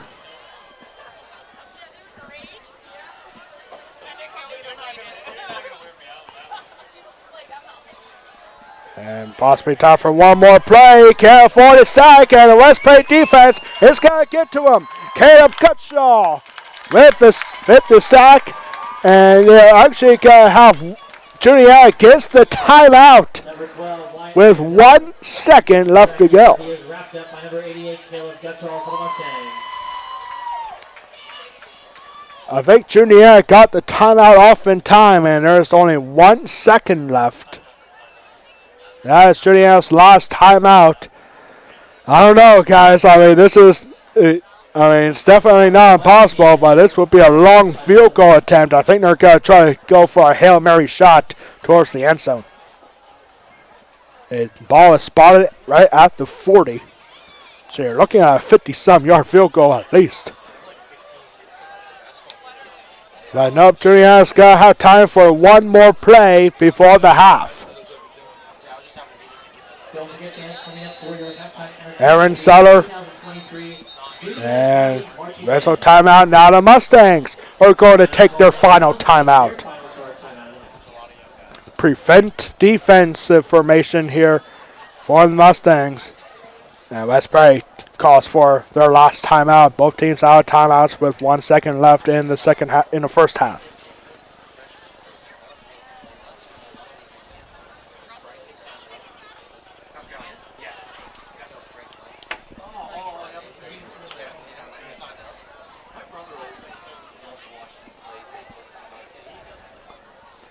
Yeah, this is definitely a strategic timeout call here by the Mustangs, trying to prevent a Hail Mary pass, which is definitely doable from the 40-yard line.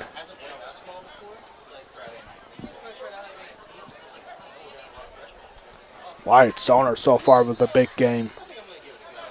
Big basketball player as well for Juniata.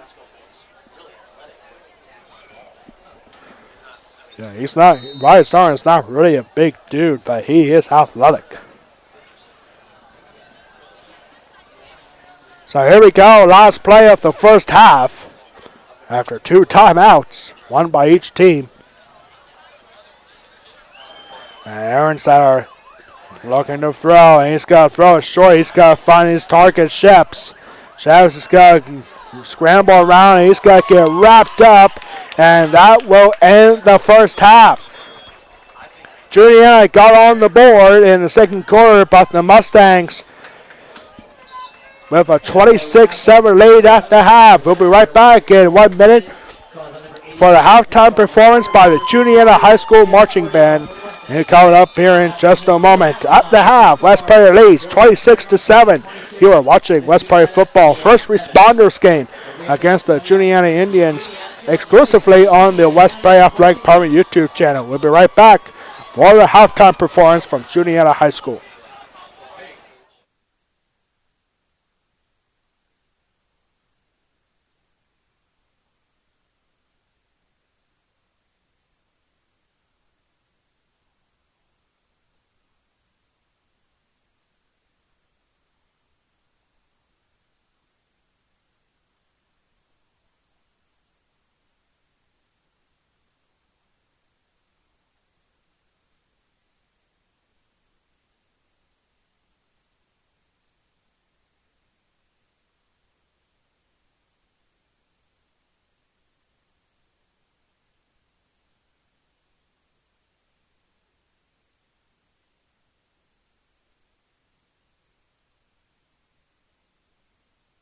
Present the 2023 edition of the Juniata County Marching Band. Comprised of students from both Juniata and East Juniata High Schools, the band is under the direction of Mr. Brad Erbo and Mr. Brandon Hart. Silk instruction is provided by Jen Cornwall and Melanie King. Major ed instruction provided by Rhonda Arenzo. On-field direction is given by drum majors Addison Benner and Lexi Gilson. Our accomplished student musicians in the 2023 band have represented both Juniata and East Juniata at the district, region, and all-state levels. Student leadership is provided by Liz Foltz, Fiorella Berbergi, Jessica Maven, Sloan Smith, Haven Dietz, Ava Stoner, Cameron Good, Mason Wolf, Ray Swagner, Damon Batt, Chris Martin, Brooklyn Arenzello, Savannah Marshall, Grace Bevor, Caitlin Formore, Tegan Trout, and Marissa Arrowhead. Throughout the past several decades, Juniata County band students have represented our community at various sites across the East Coast, including Niagara Falls, Canada, Williamsburg, Virginia, Boston, Massachusetts, the Shenandoah Apple Blossom Festival, Myrtle Beach, South Carolina, Cedar Point, Ohio, 6 times at the Harrisburg Senators F&B Field, 3 times in the Philadelphia Phillies in Finch Bank Park, and on 9 different occasions, the Magic Kingdom of Disney World, Florida. The band would like to thank our local community for supporting music in our schools.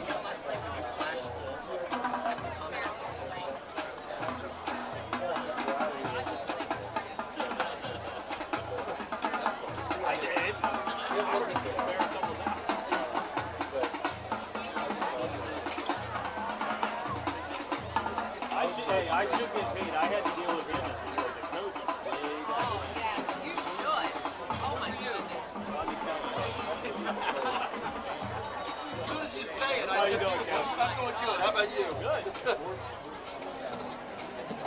That should cover it all. That's it. Yep. Like I said, back in the good old days.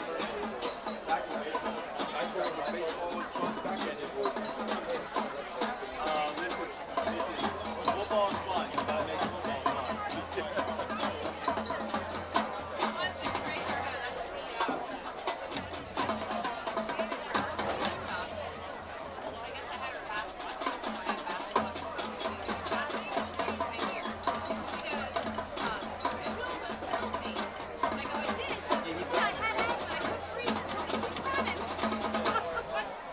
Drum Majors, is the band ready to begin its show?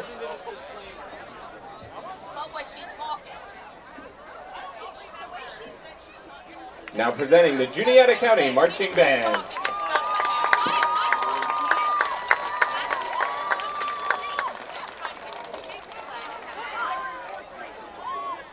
all right.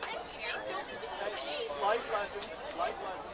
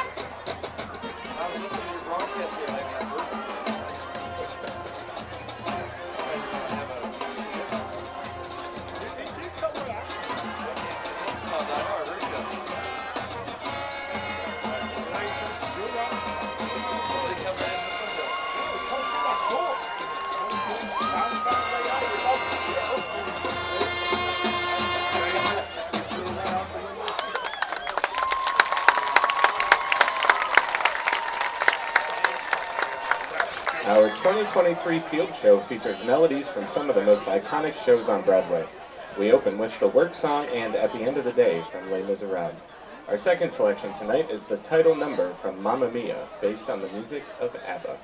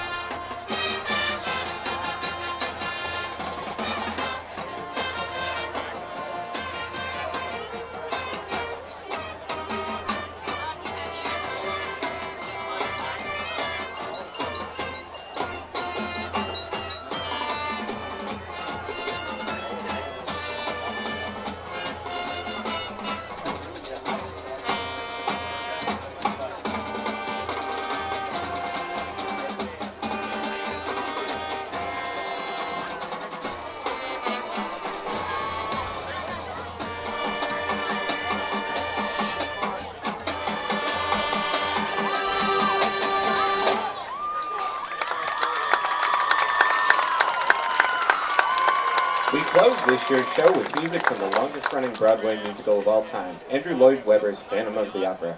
Running from 1988 through April of 2023, Phantom ran for nearly 14,000 shows, one of the most successful musicals ever to be staged. It's been seen live by over 140 million people in 41 different countries.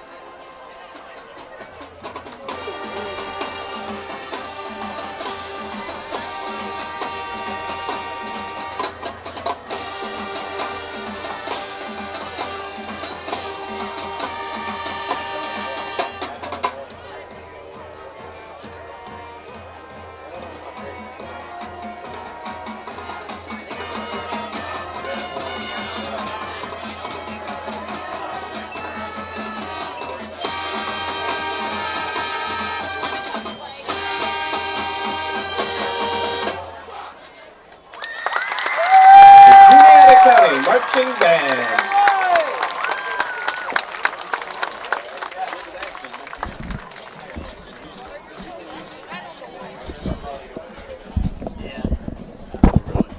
That's what they announced, but now whoever has the two best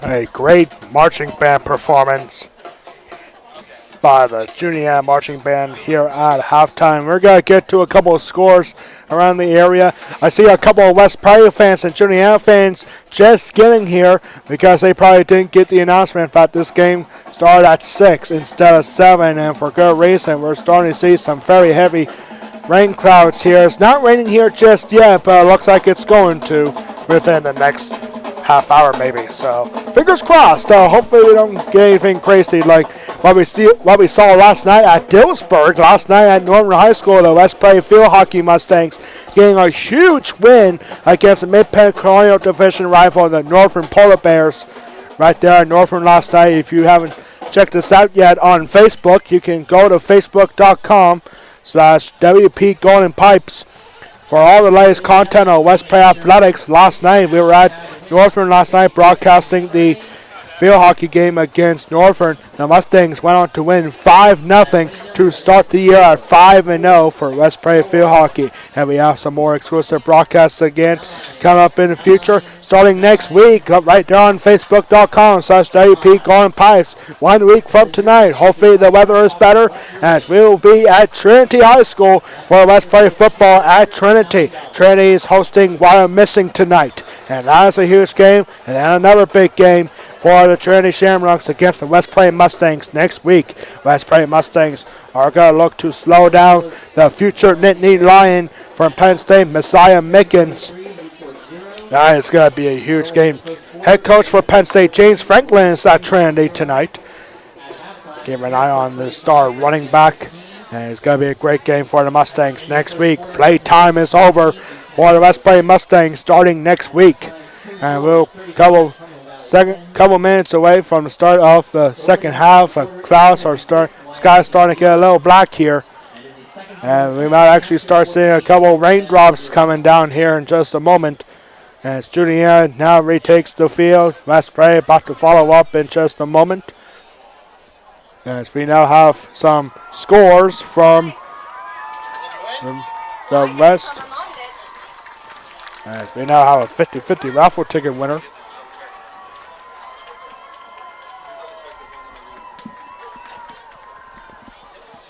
And right now we have our answer to our West Prairie Athletic Power Trivia question of the game. True or false?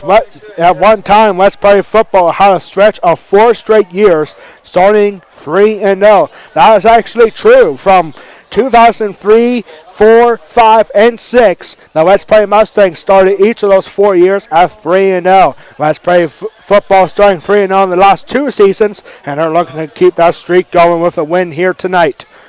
As we take a look at some of the scores from around the area, Big Spring is beating Newport. That is at Big Spring. The Bulldogs lead 33-0 at halftime. Gettysburg and Bowling Springs are just getting started, and Gettysburg is beating the Bubblers by a score of 14-0 early in the first quarter. Mechanicsburg and Redland are at the half. Mechanicsburg Wildcats are beating Redland 35-16 at halftime. Milton Hershey and East Pennsboro facing each other tonight at the end of the first quarter. Milton Hershey leads the East Pennsboro Panthers by a score of 14-6. Cumberland Valley is hosting Spring Ford tonight, a non-district matchup for Cumberland Valley against Spring Ford. And right now, Spring Ford leading Cumberland Valley 35-10 at the half. As mentioned, Trinity and Wyomissing facing each other tonight. And right now, with 6:47 left to go in the first quarter, Trinity leads Wyomissing 6-0. So a big start for Trinity. See if that could get West Prairie momentum. And the last score to update on Susquehanna Township hosting Middletown. Once again, Middletown, a big mystery for PIAA. Middletown 0-2. And in the second quarter, Susquehanna Township leading Middletown by a score of 14-0 in the second quarter. And those are updated scores from throughout the area right now. 26-7 right now. Doesn't look like there's going to be any there's not going to be any warm-up before the half due to the pending storms that are about to roll through. So we're going to go ahead and get set for the second half here. Third quarter about to be started here. Juniata is going to get the ball first. And right now, you just really need to hurry here with these storms coming through. We want to get this game in tonight. Don't want to have to resume action tomorrow.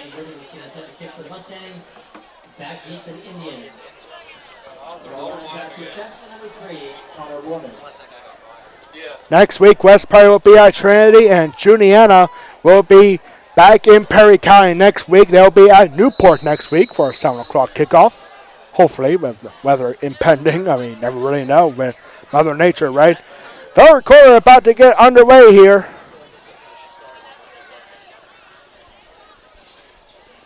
And here we go. And it's an onside kick here to start. And ready for it was number 80. Number 80, we don't have a number 8 on our stars list here. That is Grant Reinhold. Grant Reinhold with the take. Recovers it. And Juniata's got to have their first possession of the second half at their own 35-yard line. Juniata Indians looking to shock the world. Juniata 0-2 to start the year, looking for their first win. And a full house formation here to start the first drive for Juniata. And there's in motion, and that will go absolutely nowhere. West Perry ready for that, for whatever it was about to be. That was Javier Lopez on the carry, and he loses, it looks like 3 yards that time, so it's got to be 2nd and 13. Big stop here early on. West Perry with a dominant rushing defense. That's got to be key for the Mustangs next week when they take on Messiah Mickens from Trinity. Future Penn State Nittany Lion. Kind of a warm-up here for West Perry here tonight. And here's a quick throw, and that's got to be caught and out of bounds. That's Connor Borman with his first reception of the day. Big gain of 9.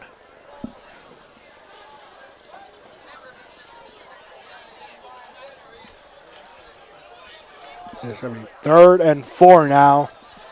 Juniata trying to prevent from starting 3 and out on their first drive for the second half, especially down by more than 3 possessions.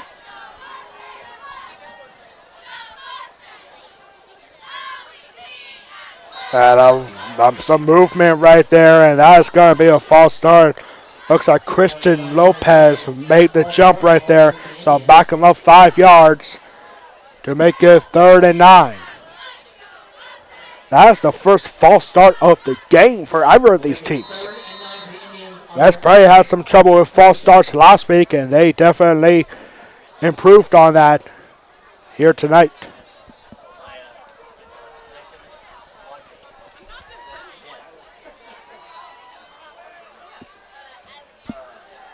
Third and 9 now after the false start. Here's Aaron Seller. Aaron Seller looking for a deep throw, and that's going to go off of Hockenberry. Great defensive stop intended for Connor Borman. And it's going to be 3rd and 9 for the Mustangs. 3 and out, go the Indians on the opening drive of the second half.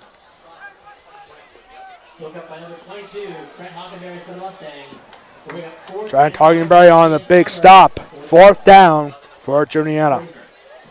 Cole Brown is back deep for the Mustangs. Going to return this punt for a good gain. This is Jasper Ships. And Ships is going to fake it. And no, kind of like a rugby kind of kick there, as this ball will go past the try. It's a Juniata roll inside the 10. And Juniata is going to mark it at the 7-yard line.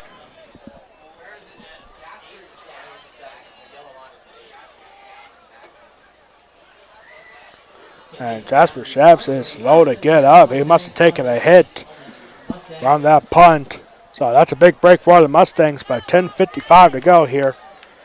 The Mustangs with their first drive of the second half coming up.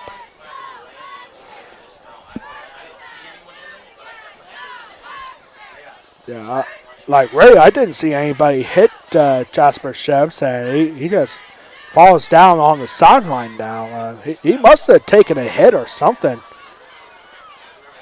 And now West Prairie athletic trainer Zach Rudy has got to come over to the Juniata bench, take an eye on Jasper Shebs. That's a big target there for Juniata. But now West Prairie, 1st and 10 from their own 7. West Prairie snaps. It's a handoff here to Brad Hockenberry, and Hockenberry's got to get, looks like 2 or 3 yards that time. 2nd down coming up.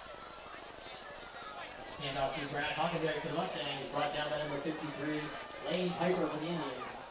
Pick up of 2 on the play, will bring up 2nd and Yeah, I don't know. Like with the way that these crowds are rolling past our left here, we might get a little bit of a break here with the weather, but I wouldn't jinx that or anything, as we are officially under the lights here at Mustang Stadium here in the 3rd quarter. And a flag blown here as a false start coming back to the Mustangs. Didn't see who moved there. It was right when the ball was snapped. It's got to make it half the distance. It's not going to be a 5-yard penalty. Now it's going to be pushed back to, looks like the 4.5-yard line. So it's got to be 2nd and 14 or 2nd and 13. 2nd and 13 for the Mustangs. I put the 4. I think it's the 4. And this is going to be trouble here, and this is going to be picked up by Quaker. Looks like we forgot to stop our game clock out from that false start. Handoff to Brad Hockenberry for the Mustangs, brought down by number 53, Lane Piper for the Indians. Lane Piper on the stop, and now it's got to be 3rd and 10 now after a gain of 4.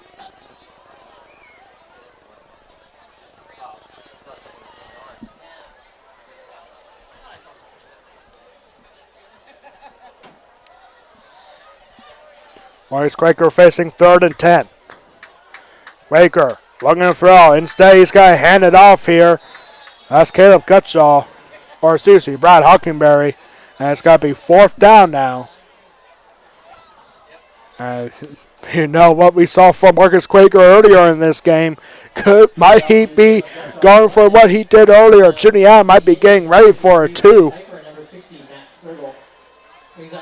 Good sign for Juniata fans as Jasper Sheps is back in, and he's got to be the return man on this punt. But again, you know what Marcus Quaker can do. We see him go 9 yards deep in his own end zone for a big gain on 4th down. And Marcus Quaker, and looks like it's got to be the first punt of the year for West Prairie. And a fair catch is caught by Sheps. And the Indians are going to have good starting field position at the Mustangs 49. That's the first punt of the year for West Prairie. We never said that they were never going to punt the ball all season. But it's amazing that was their first one, and we're in week 3.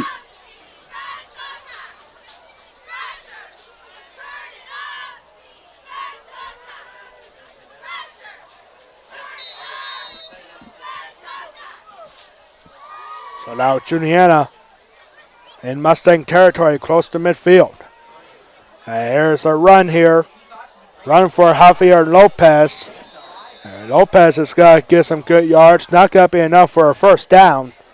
But it's going to be 2nd and maybe 2 after a gain of 8. Caleb Gutschall on the stop right there. 2nd and 3 for the Indians on the Mustangs 42. Officially, it's a gain of 7. So 2nd and 3 coming up here. As we're now starting to feel a little wind up here at the press box. A little bit of a breeze, if you will. 2nd and 3 here for Juniata. And There could have been a good passing possibility as Jasper Shevs on the bottom of the screen was wide open. There was nobody nearly in front of him. And it's a handoff here. Quarterback keeper by Wyatt Ehrensaler is good enough for a first down. First and 10 for the Indians.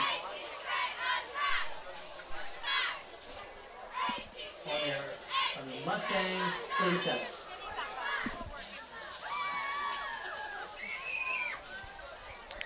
So first and 10 here after the quarterback keeper.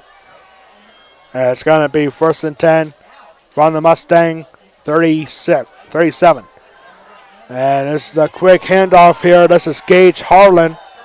Gage Harlan's got to get more than enough for a first down. Great run there right up the middle for Gage Harlan. Handoff to number 31. Gage Harlan for the Indians. He's tackled by number 15, Cole Brown for the Mustangs. First and 10 for the Indians on the Mustangs, 25. Big run there. A 12-yard run for Gage Harlan. And first and 10 from the Mustang, 25.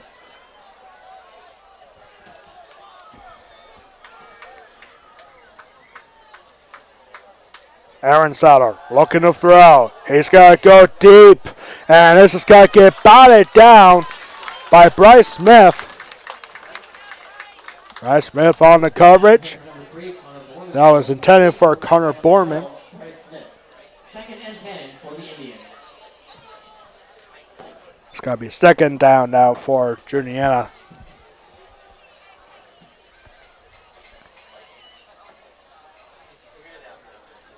Again, we want to thank everyone at home for tuning in on the West Prairie Athletic Department YouTube channel. My name is Alex Wall, the Golden Pipes of West Prairie Athletics. Here for what so far has been a lopsided football game between West Prairie and Juniata, but the Indians are looking to strike back. There's a quick handoff and good movement there, but taken out by Brad Hockenberry. And looks like it might be a loss of one that time. Handoff to number 20. That was Heath Hutchinson on the run. Number 14, Ian Goodman for the Mustangs. Brings up third and 11 for the Indians. Not too many fouls here in this game. Unlike last week when West Prairie and Newport got together, there was a lot of personal fouls between those two teams. And it seems like West Prairie has definitely eased up on those penalties. Not too many here in this game. One sideline warning and one false start for West Prairie, and one false start and a holding for Juniata. Ehrensaler looking to throw a quick pass here on a slant, and this has got to be caught inside the 20, and that is going to be good. Actually, not going to be good for a first down on 3rd and 11. It's going to be fourth down right at the 20-yard line. Trent Hockenberry with the stop. 4th and 5 now for Juniata. I think they're going to go for this here.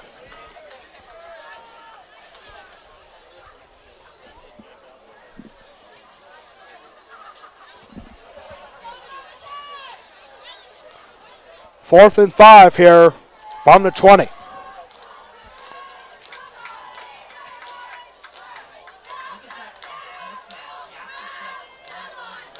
Need a big stop here for the Mustangs. Ehrensaler looking deep towards the end zone. Just right through his hands and incomplete. And the Mustangs, for the second time in this game, are going to take over on downs. And West Prairie will take over at their own 20 with 5:08 left to go in the third quarter. I don't know. I think this call to start this game at 6 o'clock might have been a good one. I mean, you see some black clouds over to our left side in western Perry County. But I think it might hold up here tonight. I hope I'm not jinxing anything. We still got 17 minutes and 8 seconds left to go here in this game. So West Prairie is going to take over. Running formation already here. Good sign here. And a fumble here. Juniata says they have it. It's going to be recovered by Juniata. And it's a fumble recovery. And it's going to be Juniata ball back at the 22. Lane Piper with the fumble recovery. That's only the second fumble recovery for the Juniata defense this season. Their first one was back in week 1 against Troy. And now the Juniata Indians are back to where they almost started in their last drive at the 22.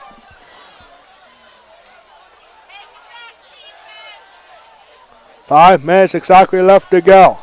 And here's Aaron Seller looking to throw once again. He's got to find this man. That's number 84. That's Wyatt Stoner. And Stoner's got to get 5 or 6 yards on that pass. Wyatt Stoner, an incredible athlete at Juniata High School, also plays basketball. A big tight end. All right, Wyatt Stoner, he's not really a big dude, but he is an incredible athlete.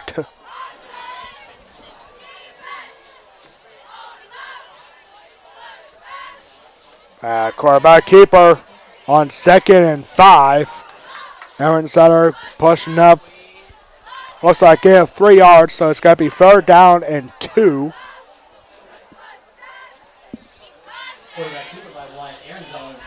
That was a little bit of a surprise, really, for Juniata. I mean, 2nd down, he got 5 yards to get the 1st down.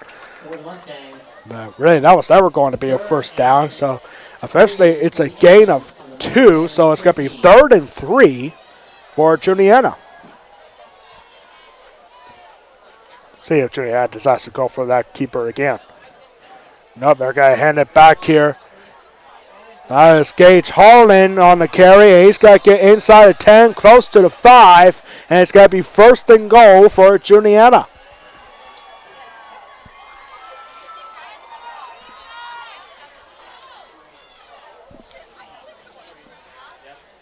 Number 31, Gage Harlan for the Indians. Tomorrow, right here on Mustang Stadium, tomorrow morning at 10 a.m., we'll have West Prairie Girls Soccer taking on Juniata. That game will be broadcast live here on the West Prairie Athletic Park YouTube channel. Quick handoff here, room to run, and good block, and a good run here. And is he in? No, he's not. He's got to be stopped short. Javier Lopez on the carry, and it's going to be 2nd and goal. Looks like inside the 2-yard line.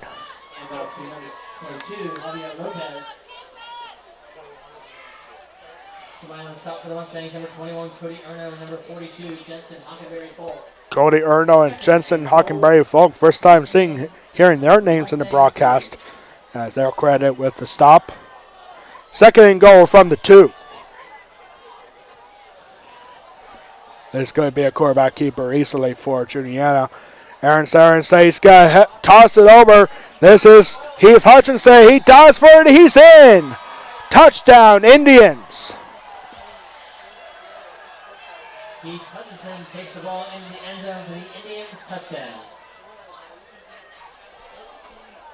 Number 24, Cade Wagner after attempt the point after. Gotta give Juniata some credit here. They are making a game out of this, and now they're only got behind 2 possessions here with still plenty of time to go here in this game.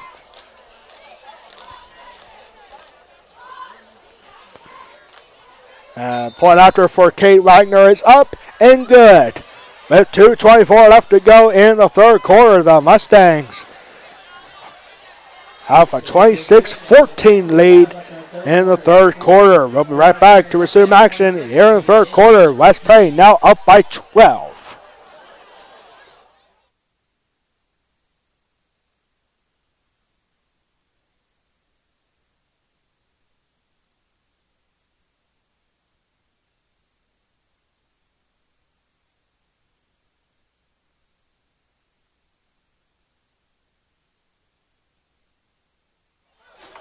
Back here for the kickoff after a Juniata touchdown run from Heath Hutchinson.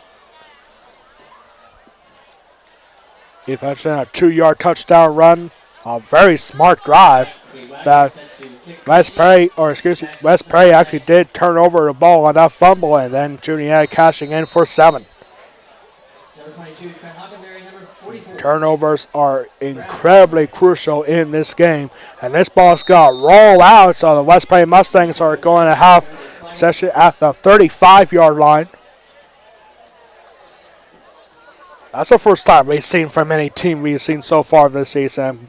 ball being kicked out of bounds. Ian Gooding has never done that, and neither has West Perry. Susquehanna kickers do that in the last 2 weeks.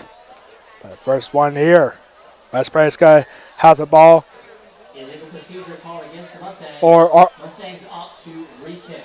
wow, this is a bit of a surprise. So West Perry had the option to either take out 35 or have them re-kick it. So I never heard that before. Like, I thought I went to.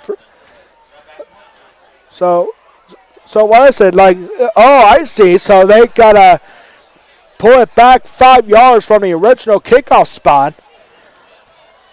Wow, that is surprising. That has to be a new rule. I never heard of that. Like, I thought it would just automatically be marked at the 35.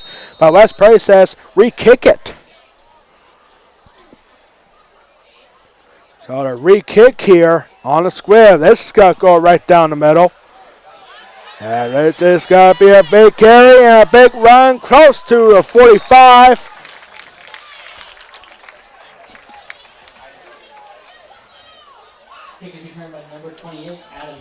That was Adam Yoder. First time mentioning his name all season in the football season. Adam Yoder is going to get up to the 44-yard line. Under 44. Yeah, that was different. I never knew that was a rule where a team can take it from the 35 or have the team re-kick it after the kick goes out of bounds.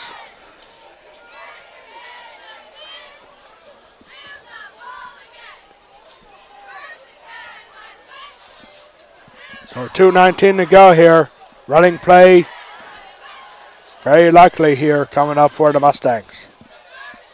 And no, they're going to throw it. Marcus Quaker with the trickery and wide open Cole Brown. Did he catch it inbounds? Yes, he did. And it's a smart play there for Marcus Quaker to find his tight end, Cole Brown.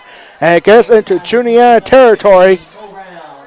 So it's the Mustangs first and 10 of the Indians 41. Big play there. And that almost looked too easy, really.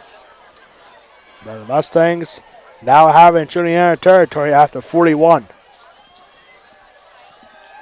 Marcus Quaker looking back. I don't know if he's looking at Coach Bowden or looking at the storm clouds behind him.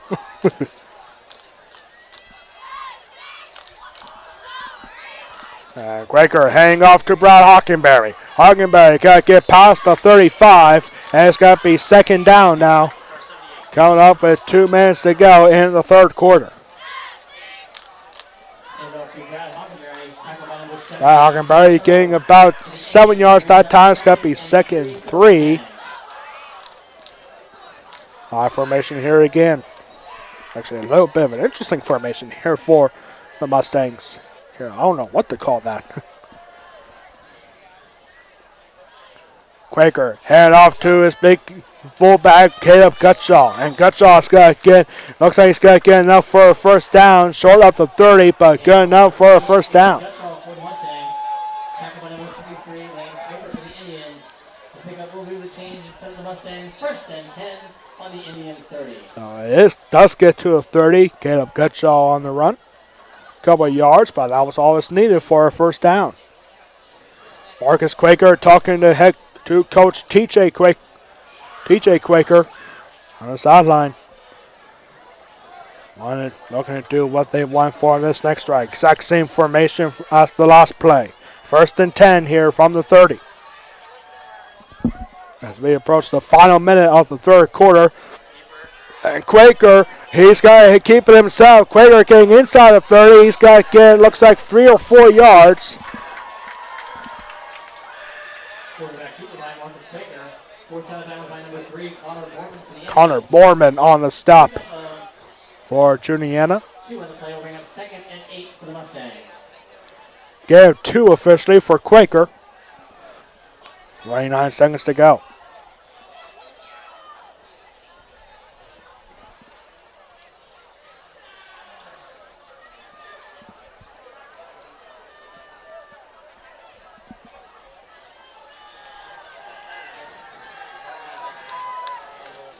Second and 8 now Pretty much the same formation again. Handoff here to Gutshaw. And Gutshaw's going to get a couple of yards that time. It's going to be 3rd down and maybe 6. Actually, this one's going to be 3rd down and 6 coming up. See if West Prairie decides to go for one more play before the end of the 3rd quarter. Head coach Bob Bowden is now out talking to the officials. And what is this all about? Is this a timeout here for West Prairie? I think it is. Bob Bowden was out talking to the officials. And actually, no, that was actually going to take it to the end. The clock keeps going, so that's the end of the 3rd quarter, actually. As West Prairie will just let the clock run down, and now end the 3rd quarter. Juniata gets one more touchdown in the 3rd quarter, but the Mustangs still lead. Now by 12, it's 26-14 with 12 minutes to go. You're watching West Prairie football against the Juniata Indians, exclusively on the West Prairie Athletic Power YouTube channel. We'll be right back for the 4th and final quarter here at Mustang Stadium.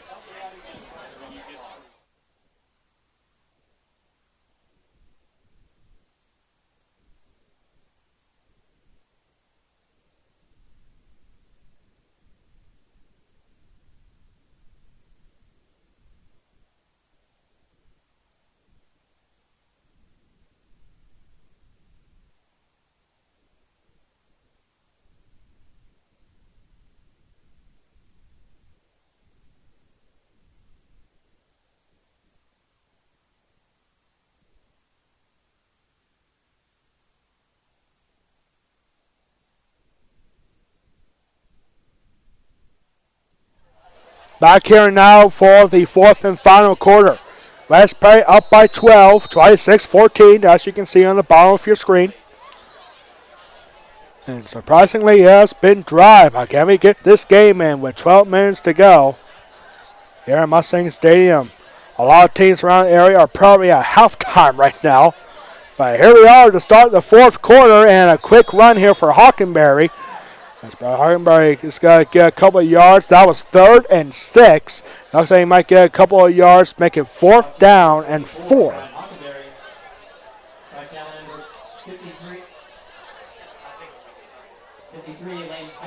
Lane Piper on the stop there. And so now you got a big spot here.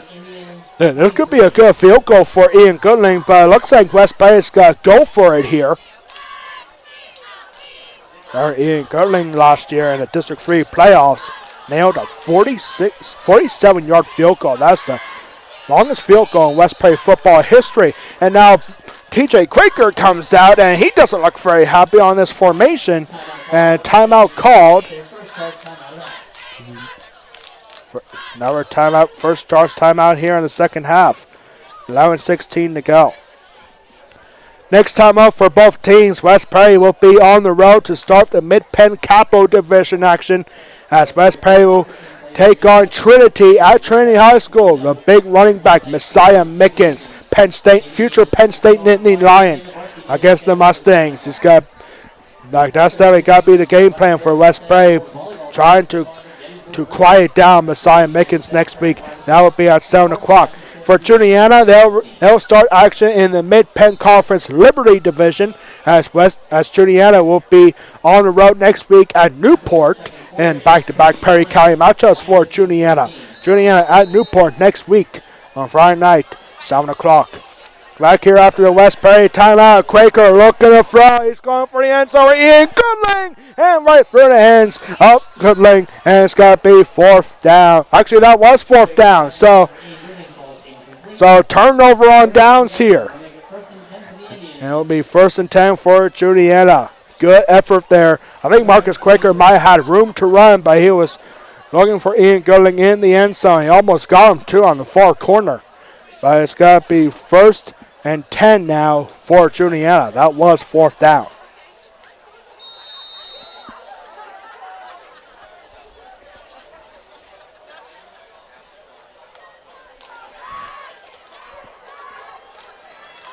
Just getting started in the 4th quarter. If you are just tuning in, and if you thought that this game was starting at 7 o'clock, well, you missed a lot. And here's a run here for Juniata. Might be no gain on that carry. Number 22, Javier Lopez. That was Javier Lopez on the run. And Goodling make the stop. And it's actually a loss of 1 yard that time. So 2nd and 11 coming up for Juniata.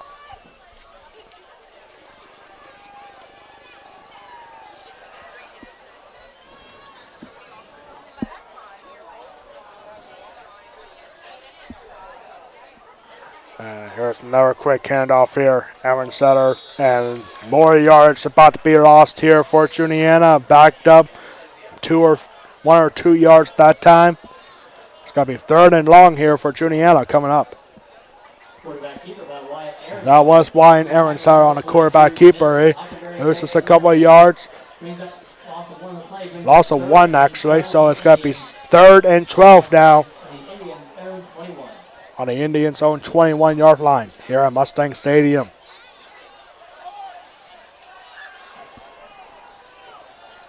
Four wide here, and an early snap, and that's going to be a flag. It's going to be a false start called against Juniata. False start called against the Indians. They'll make it 3rd and 17.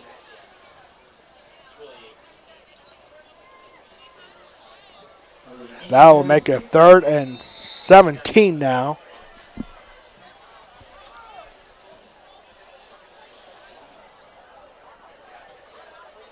Now, normally after a false start, the clock stops for the next play, but I think they're trying to get ahead of these storms that are coming up here to our left.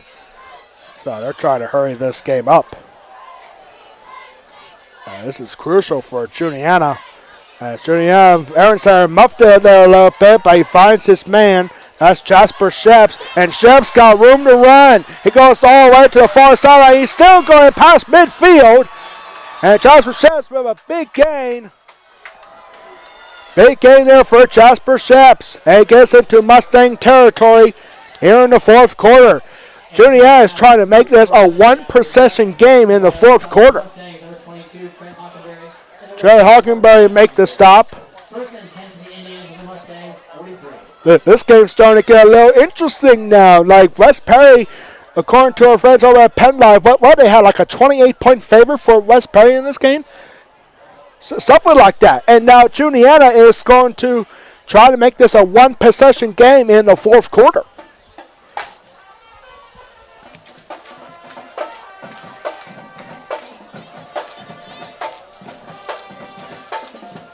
Yeah, like a lot of the writers from Penn Live predicted that this would be a blowout, but it's far from over for Juniata.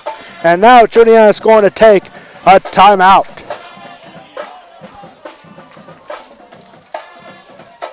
Timeout called by the Indians.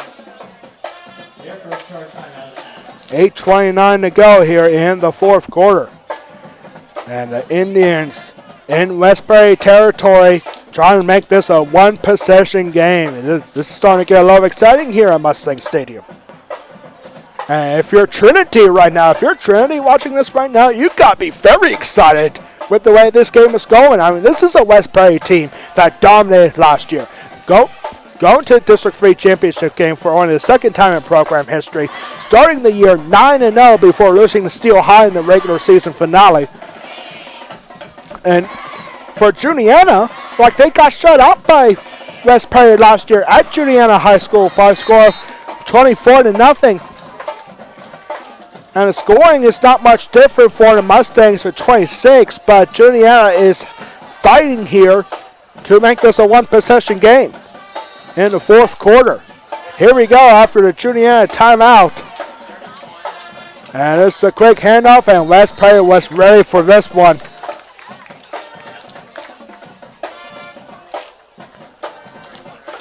Run was by Gage Harlan. And he's got to lose, officially it looks like he's got to lose 2 yards there. So 2nd and 12 from the 45. 2nd and 12 for the Indians on the Mustangs 45. Big stop there for the Mustangs, but they still need to keep going on this defensive stop. 4 wide here for Juniata. Looking for a high throw and caught. Caught by number 11, Jasper Sheps. And it's not going to be a first down. It's going to be fairly close. Ian Goodlane will make it 3rd and 2 for the Indians on the Mustangs 35.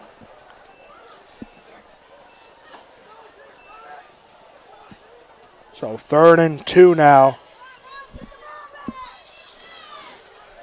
Big defensive position here for the Mustangs. 3rd and 2. Big play coming up here. Quarterback keeper, and Aaron Cyrus got to get wrapped up. Quade Bowden with the stop. Quade Bowden, a big stop, a loss of 4 that time, and it's 4th down now from the Mustang 39. And the clock has stopped here for some reason.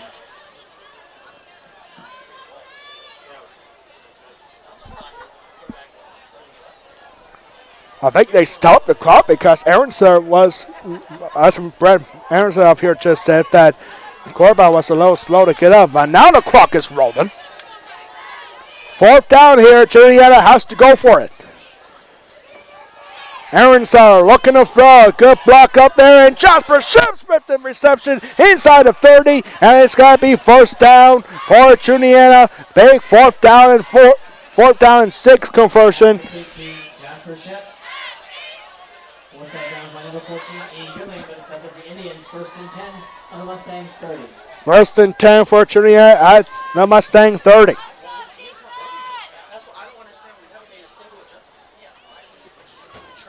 Like, really, West Prairie defense hasn't changed anything in terms of formation. It's just Juniata is figuring out how to get through the West Prairie defense. Here's a run now, and it's got to get close to the 20.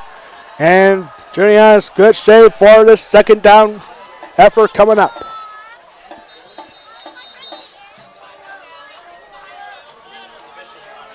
And officials timeout here. Looks like an injury right here. As number 73, I think. Yes, numbers.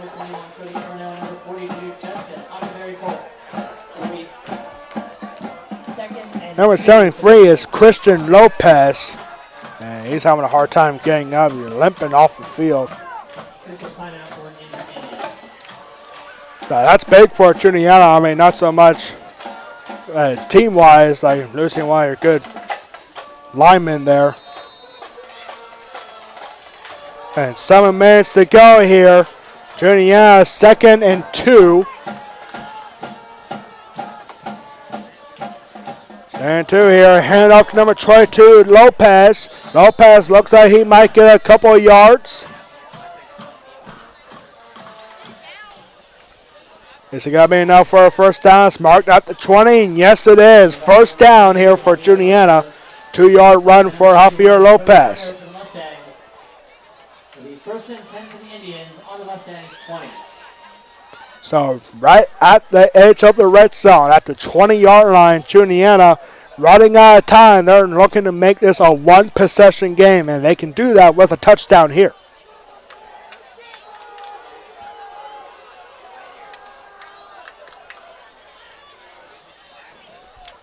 And the backfield, it's a flip over.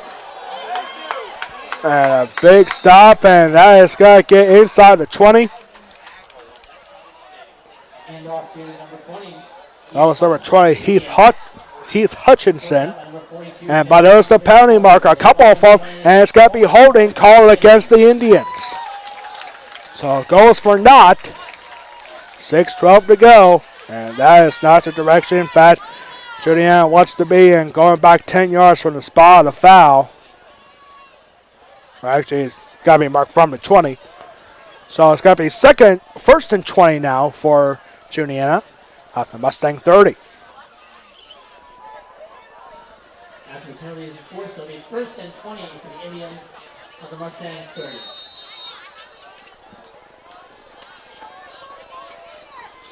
So a bad time for a holding call for Juniata. And it's now first and 20. First and 20 from the 30.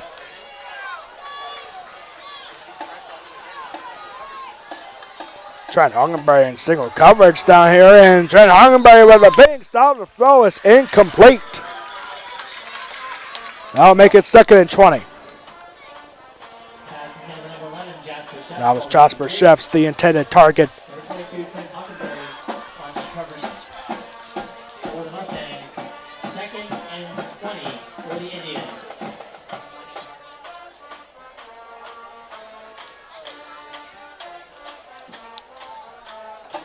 Westbury marching band back into full gear. Penn State Nittany Lions still ranked 7th in the country, hosting Delaware University tomorrow at 12 o'clock exclusively on Peacock. And here's the throw, and this got to be caught by Sheps. Fans are saying incomplete, but no, it looks like it's going to be a completion. As we are now halfway through the second quarter, getting the 10 yards back, but it's going to be third and 20 now, or third and 10 from the 20.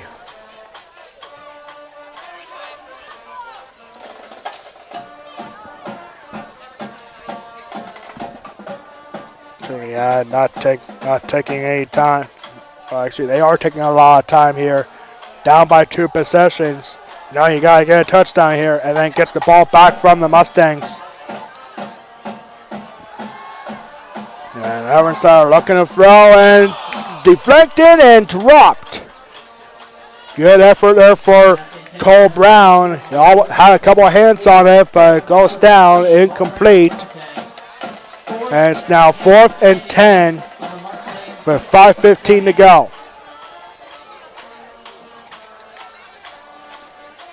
This could really hurt the chances for Juniata if they cannot convert on this 4th down and 10.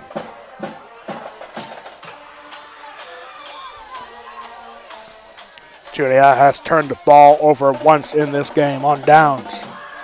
Now they need 10 yards to keep the drive going. 4th down from the 20. Aaronson looking to throw, going for the end zone, up in the air, caught, in, touchdown, Juniata.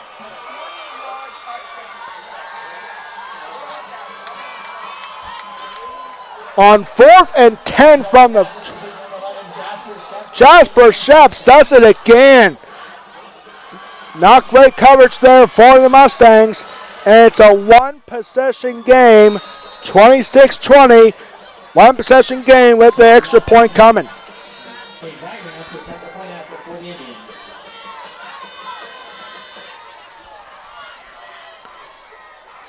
This is Wagner. Point after is up, and it is good. 5-point game with 5:08 left to go in the game. This game has definitely turned around for the Indians, and it's not over yet. Now what do you do here? Do you go for an onside kick at this point of the game? Still over 5 minutes to go. This game has got a lot more interesting. Penn Life had West Perry as a 28-point favorite in this game. And now Juniata was down 14-0 early on. Actually, they were down by 20. It was a 20-0 lead for the Mustangs, and now Juniata is only down by 5. What an incredible effort for the Juniata Indians, down by 20 in the first half, and now they're only behind by 5 in the late stages of the 4th quarter. This West Prairie crowd has got to be stunned right now. The Juniata marching band cheerleaders are up on their feet. As well as a lot of other Juniata fans. They cannot believe what's happening here at Mustang Stadium. Juniata still looking for the first win of the season, in fact. They're 0-2, and a squib kick here is going to roll out of bounds at the 30, at the 28. So now what do you do if you're West Prairie? Do you take the ball to the 35, or do you have to re-kick it again? That's the second time that Juniata has kicked the ball out of bounds. And it looks like that is exactly what West Prairie is going to do. They are going to have them re-kick. Definitely a different strategy here. You get the ball back, but now you're giving Juniata the chance to get the ball back again.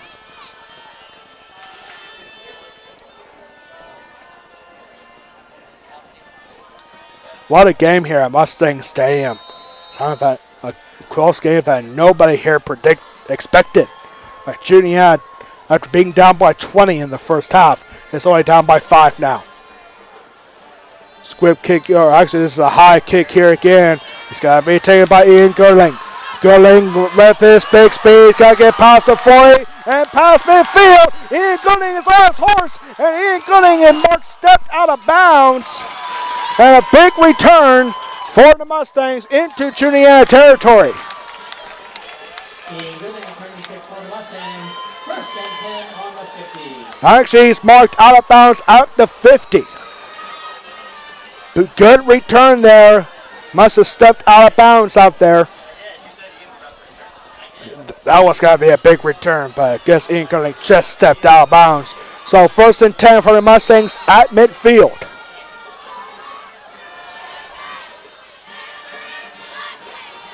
Juniata fans getting very excited with their Sweet Caroline from the marching band.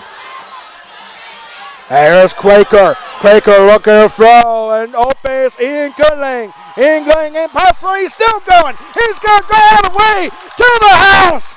Ian Goodling, 50 yards, touchdown.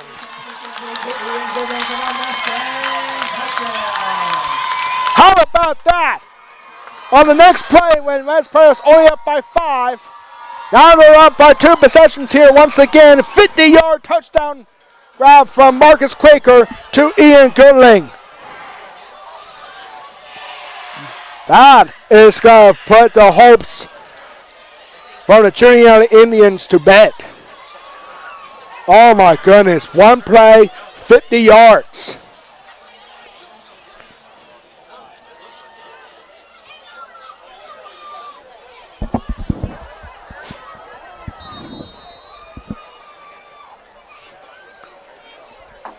And it looks like now the Mustangs, this is an interesting call right here because you get the extra point, you're up by 12, but you go for 2 like they are here, and it'll be up by 13. Either way, it's going to be a 2-possession game.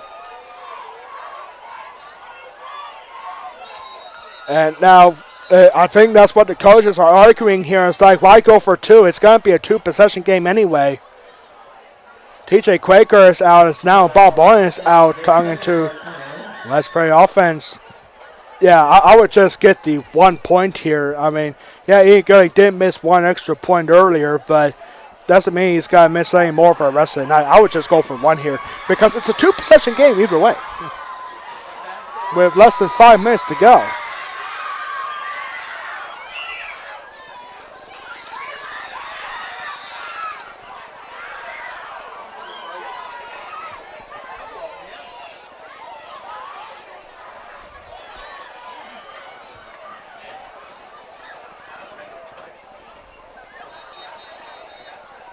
So West Prairie now, after the timeout, are they still going to go for 2 here?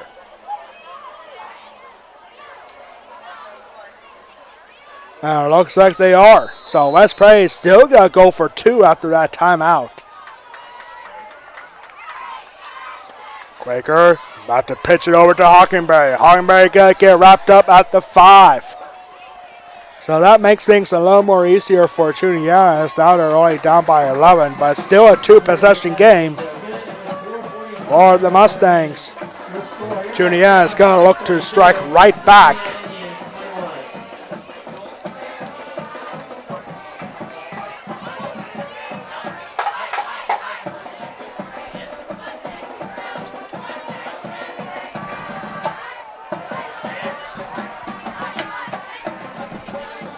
.445 left to go here in this game. No doubt Juniata is going to be looking for a big kickoff return.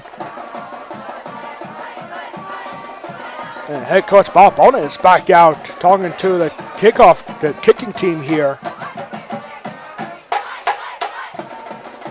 Definitely not a strong effort for West Prairie football here today, but it's still a lead with 4:45 to go.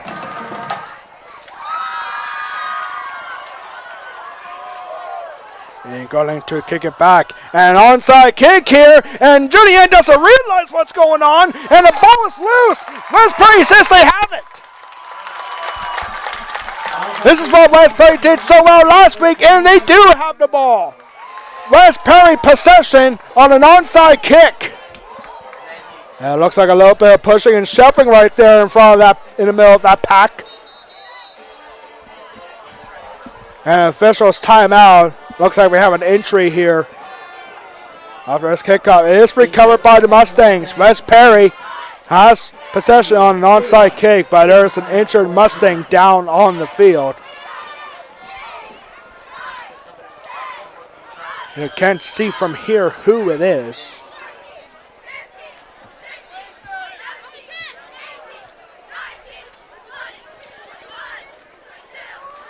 Bob Bonin coming over to the aid of his injured player. The helmet is already off. There was a big pack in the middle of that onside kick. West Prairie does have possession here.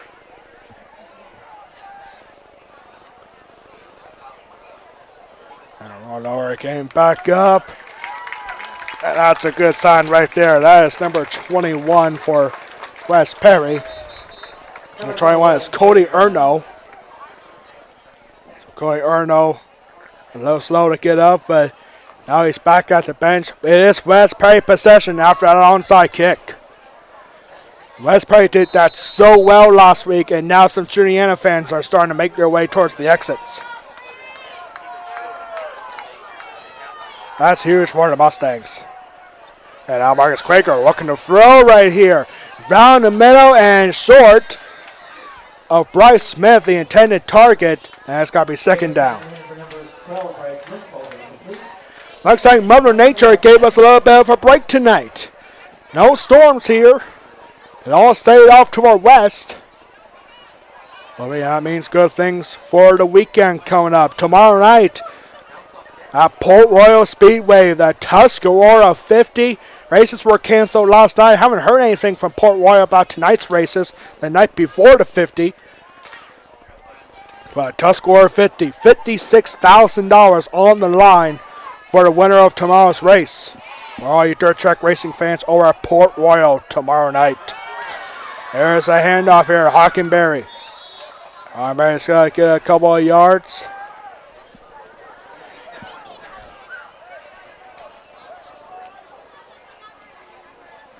Handoff number 44, Brad Hockenberry is the line on the stop for the Indians.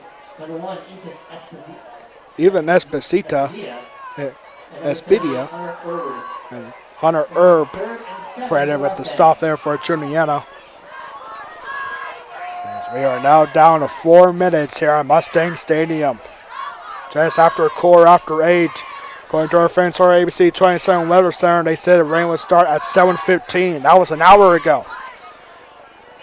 And here's Marcus Quaker with the keeper. Quaker on his wheels. He's got to get into the house. Touchdown, Marcus Quaker. And hold everything here as there's the pounding marker down at the 38-yard line. And this has got to be coming back. It is a holding called against West Prairie. That would definitely put this game out of reach, but it's a holding call. It's going to be brought back for a long third down coming up. That was 3rd and 7.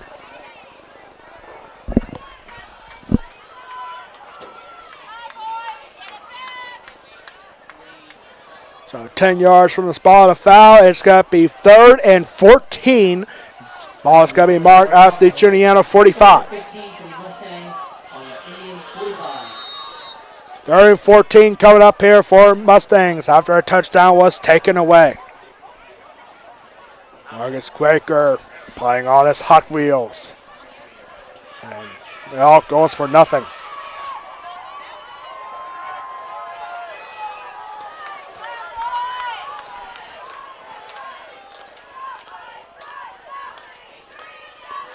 There's Quaker looking to throw. He finds Ian Goodling. Goodling wrapped up immediately. And it's got to be no get. Actually, I lost that time. A loss of a couple of yards. Brings up 4th and 16 for the Mustangs on the Indians' 46. So that'll make it 4th down. I think West Prairie might be forced to punt here. I mean, it's a really good spot, but it's 4th and long. 4th and 16 officially.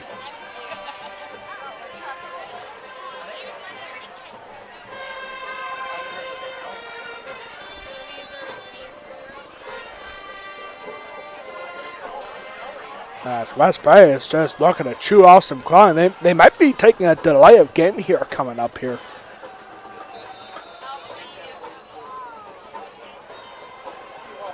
There wasn't a timeout or anything. And now the clock will stop. They do take that delay of game.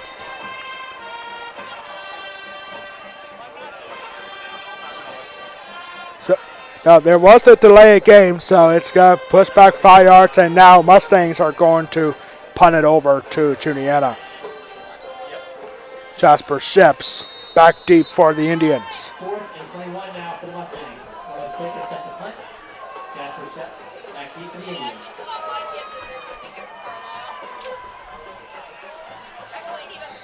And Marcus Quaker with a rugby-style kick high up in the air. We can't even see the ball past the lights. And it goes down and it takes a West Prairie roll inside the 10.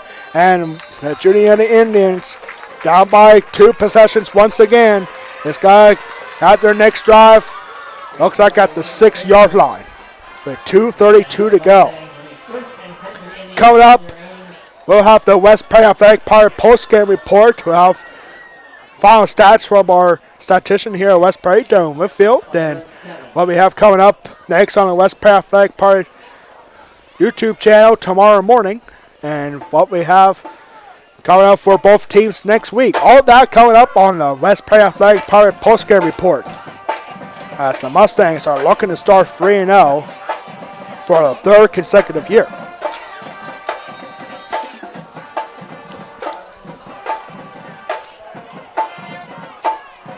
And some movement. And I think this is going to be half the distance coming up. Yes, it will. It's a false start called against Juniata. Half the distance.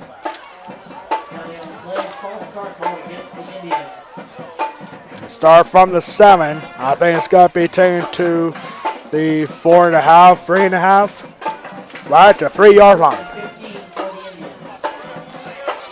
It was half the distance, so it's 2nd or 1st and looks like 14 from the 3-yard line. There's a handoff. Big run, no big run there. Now the offense will start to make their way towards the exits. No rain here tonight, so that is a big plus.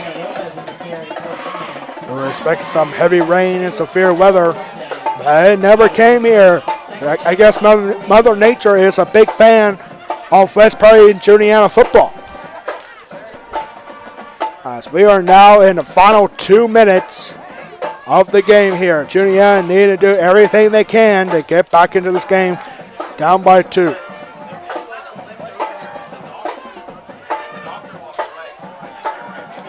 Here's Aaron Seller. Aaron Seller up high, and this is going to get picked off. This will seal it for the Mustangs. Into the house. Touchdown, pick 6. Intercepted by Cody Erno, who was injured on the kickoff return last time up. And it's a touchdown for the Mustangs, and that will definitely put this game out of reach. West Prairie is going to start the year 3-0, a pick 6 for Cody Erno and the West Prairie defense. First pitch, that's the first pick 6 of the season for West Prairie defense.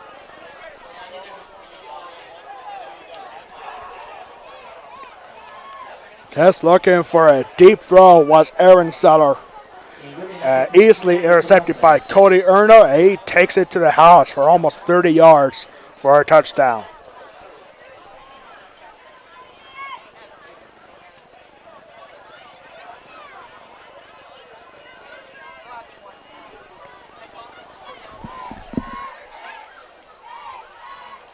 And Gerling with the extra point is up, and this time it's good. 139 in the fourth quarter. The Mustangs now up by 18, and that will definitely seal it for the West Prairie Mustangs here at home.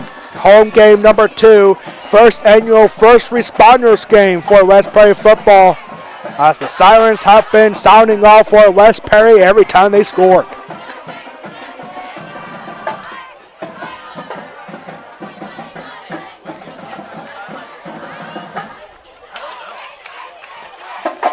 Well, it's not really a runaway game for West Prairie by any means. I mean, this is a team that's used to scoring 40 points a game. They have 39 here, which is really close. Like, nothing out of the ordinary here. This West Prairie team has scored at least 40 points in the first 2 games. They might be a little bit short of that today, but it's still a good game. Defense might need a little bit of work hanging to Trinity next week, but it's a good offensive performance once again for the West Prairie Mustangs, scoring 39 points. And they're going to go for a squib kick this time. And there's a fumble, and rolls out of bounds.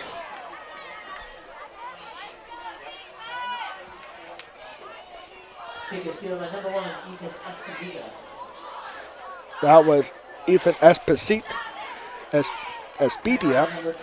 for Juniata.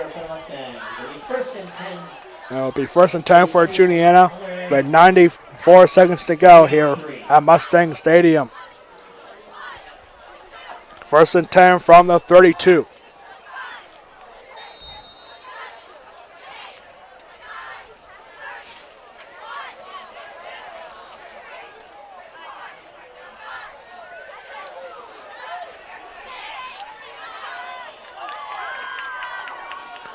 Here's a handoff here. This is Javier Lopez. Lopez got to go right up the middle, and he's going to get enough for a first down. A gain of 12 for Javier Lopez.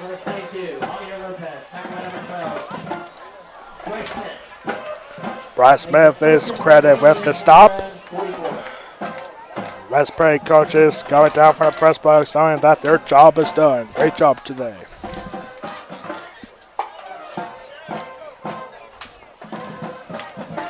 Coming in on our final minute here at Mustang Stadium. A game where we thought we couldn't get this game in entirely, but it looks like we are going to. And this is a handoff here, and this is not going to go well for Juniata. Might have time for one more play. Juniata's got to go 0-3 to start the year.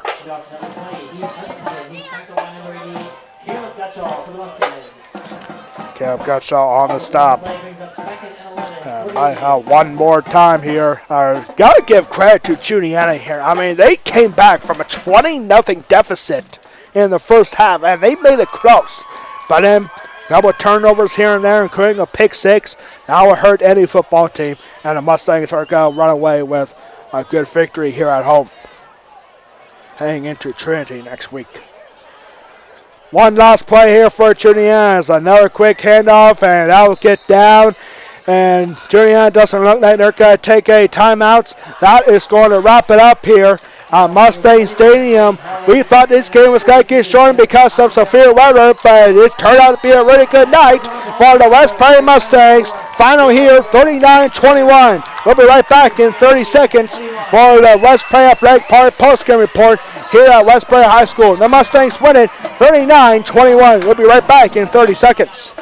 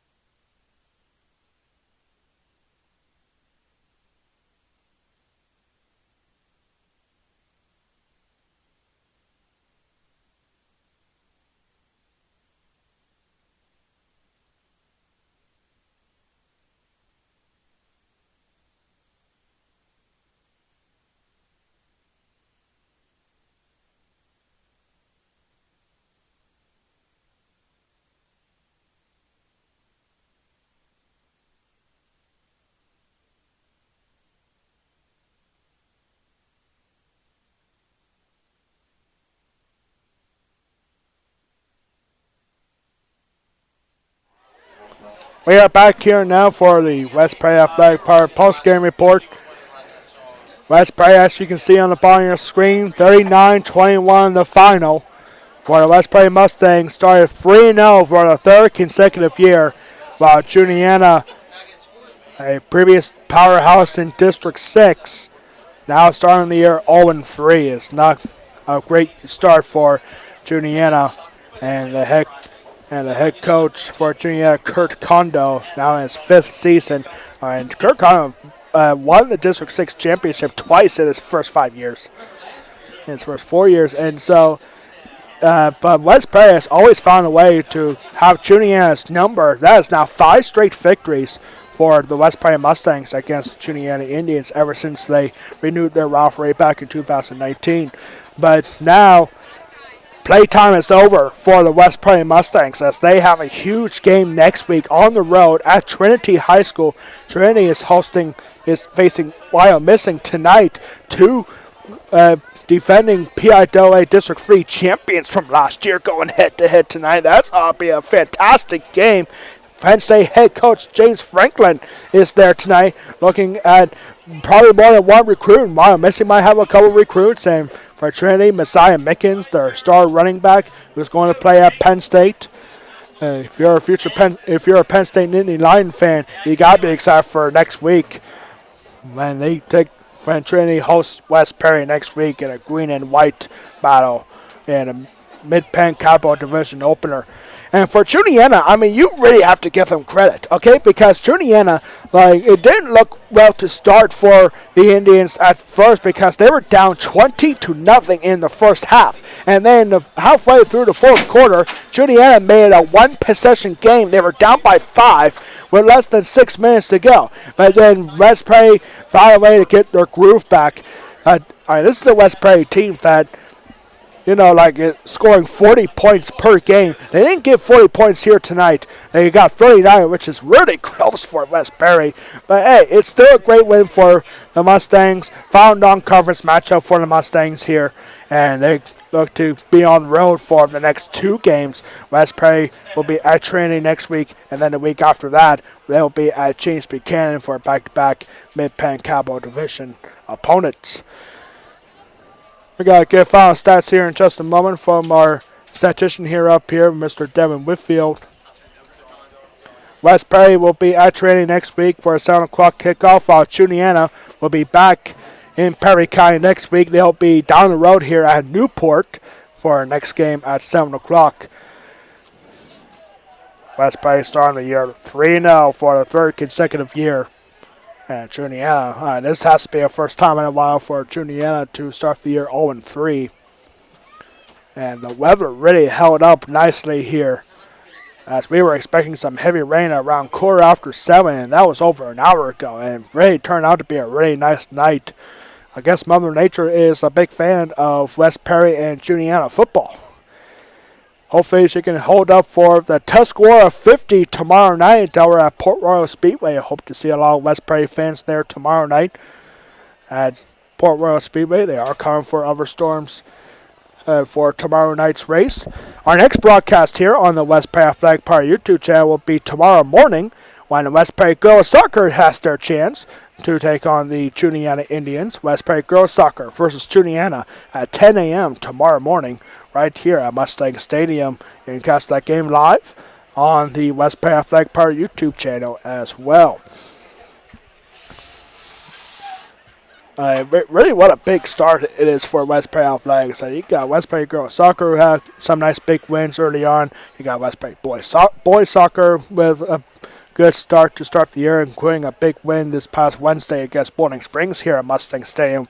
That was a 1-0 final for West Prairie. And you got West Prairie Field Hockey starting at 5-0 this year. A big win against previously undefeated Northern yesterday. And now West Prairie football 3-0. And finally, we have the stats here.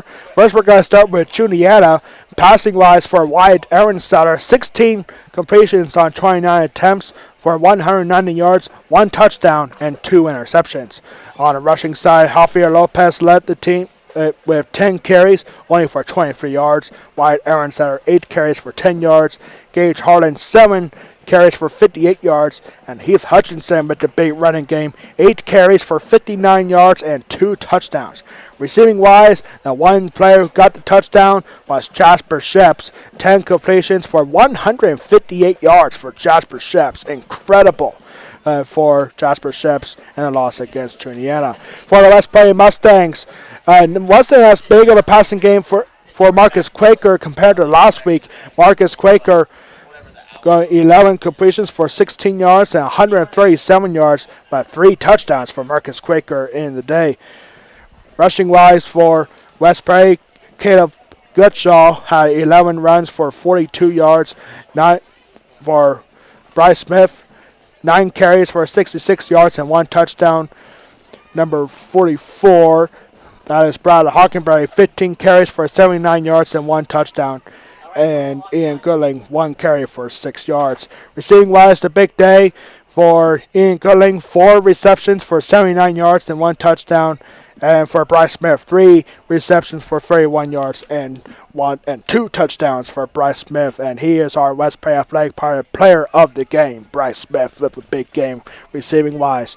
That's going to do it for us here at West Prairie High School. On behalf of our athletic director, Ryan Anderson, our public address announcer, Brent Anderson, our high school principal, Christopher Casian, and our West Prairie Superintendent, Jeff Coons, and all of us here at West Prairie High School, I am Alex Wall, the Golden Pipes of West Prairie Athletics, saying so long from West Prairie Mustang Stadium. This has been a presentation of West Prairie football against the Juniata Indians First Responders game, exclusively on the West Prairie Athletic Department YouTube channel. Your final score on this one, West Prairie wins it 39-21. Good night, everybody. Have a great weekend.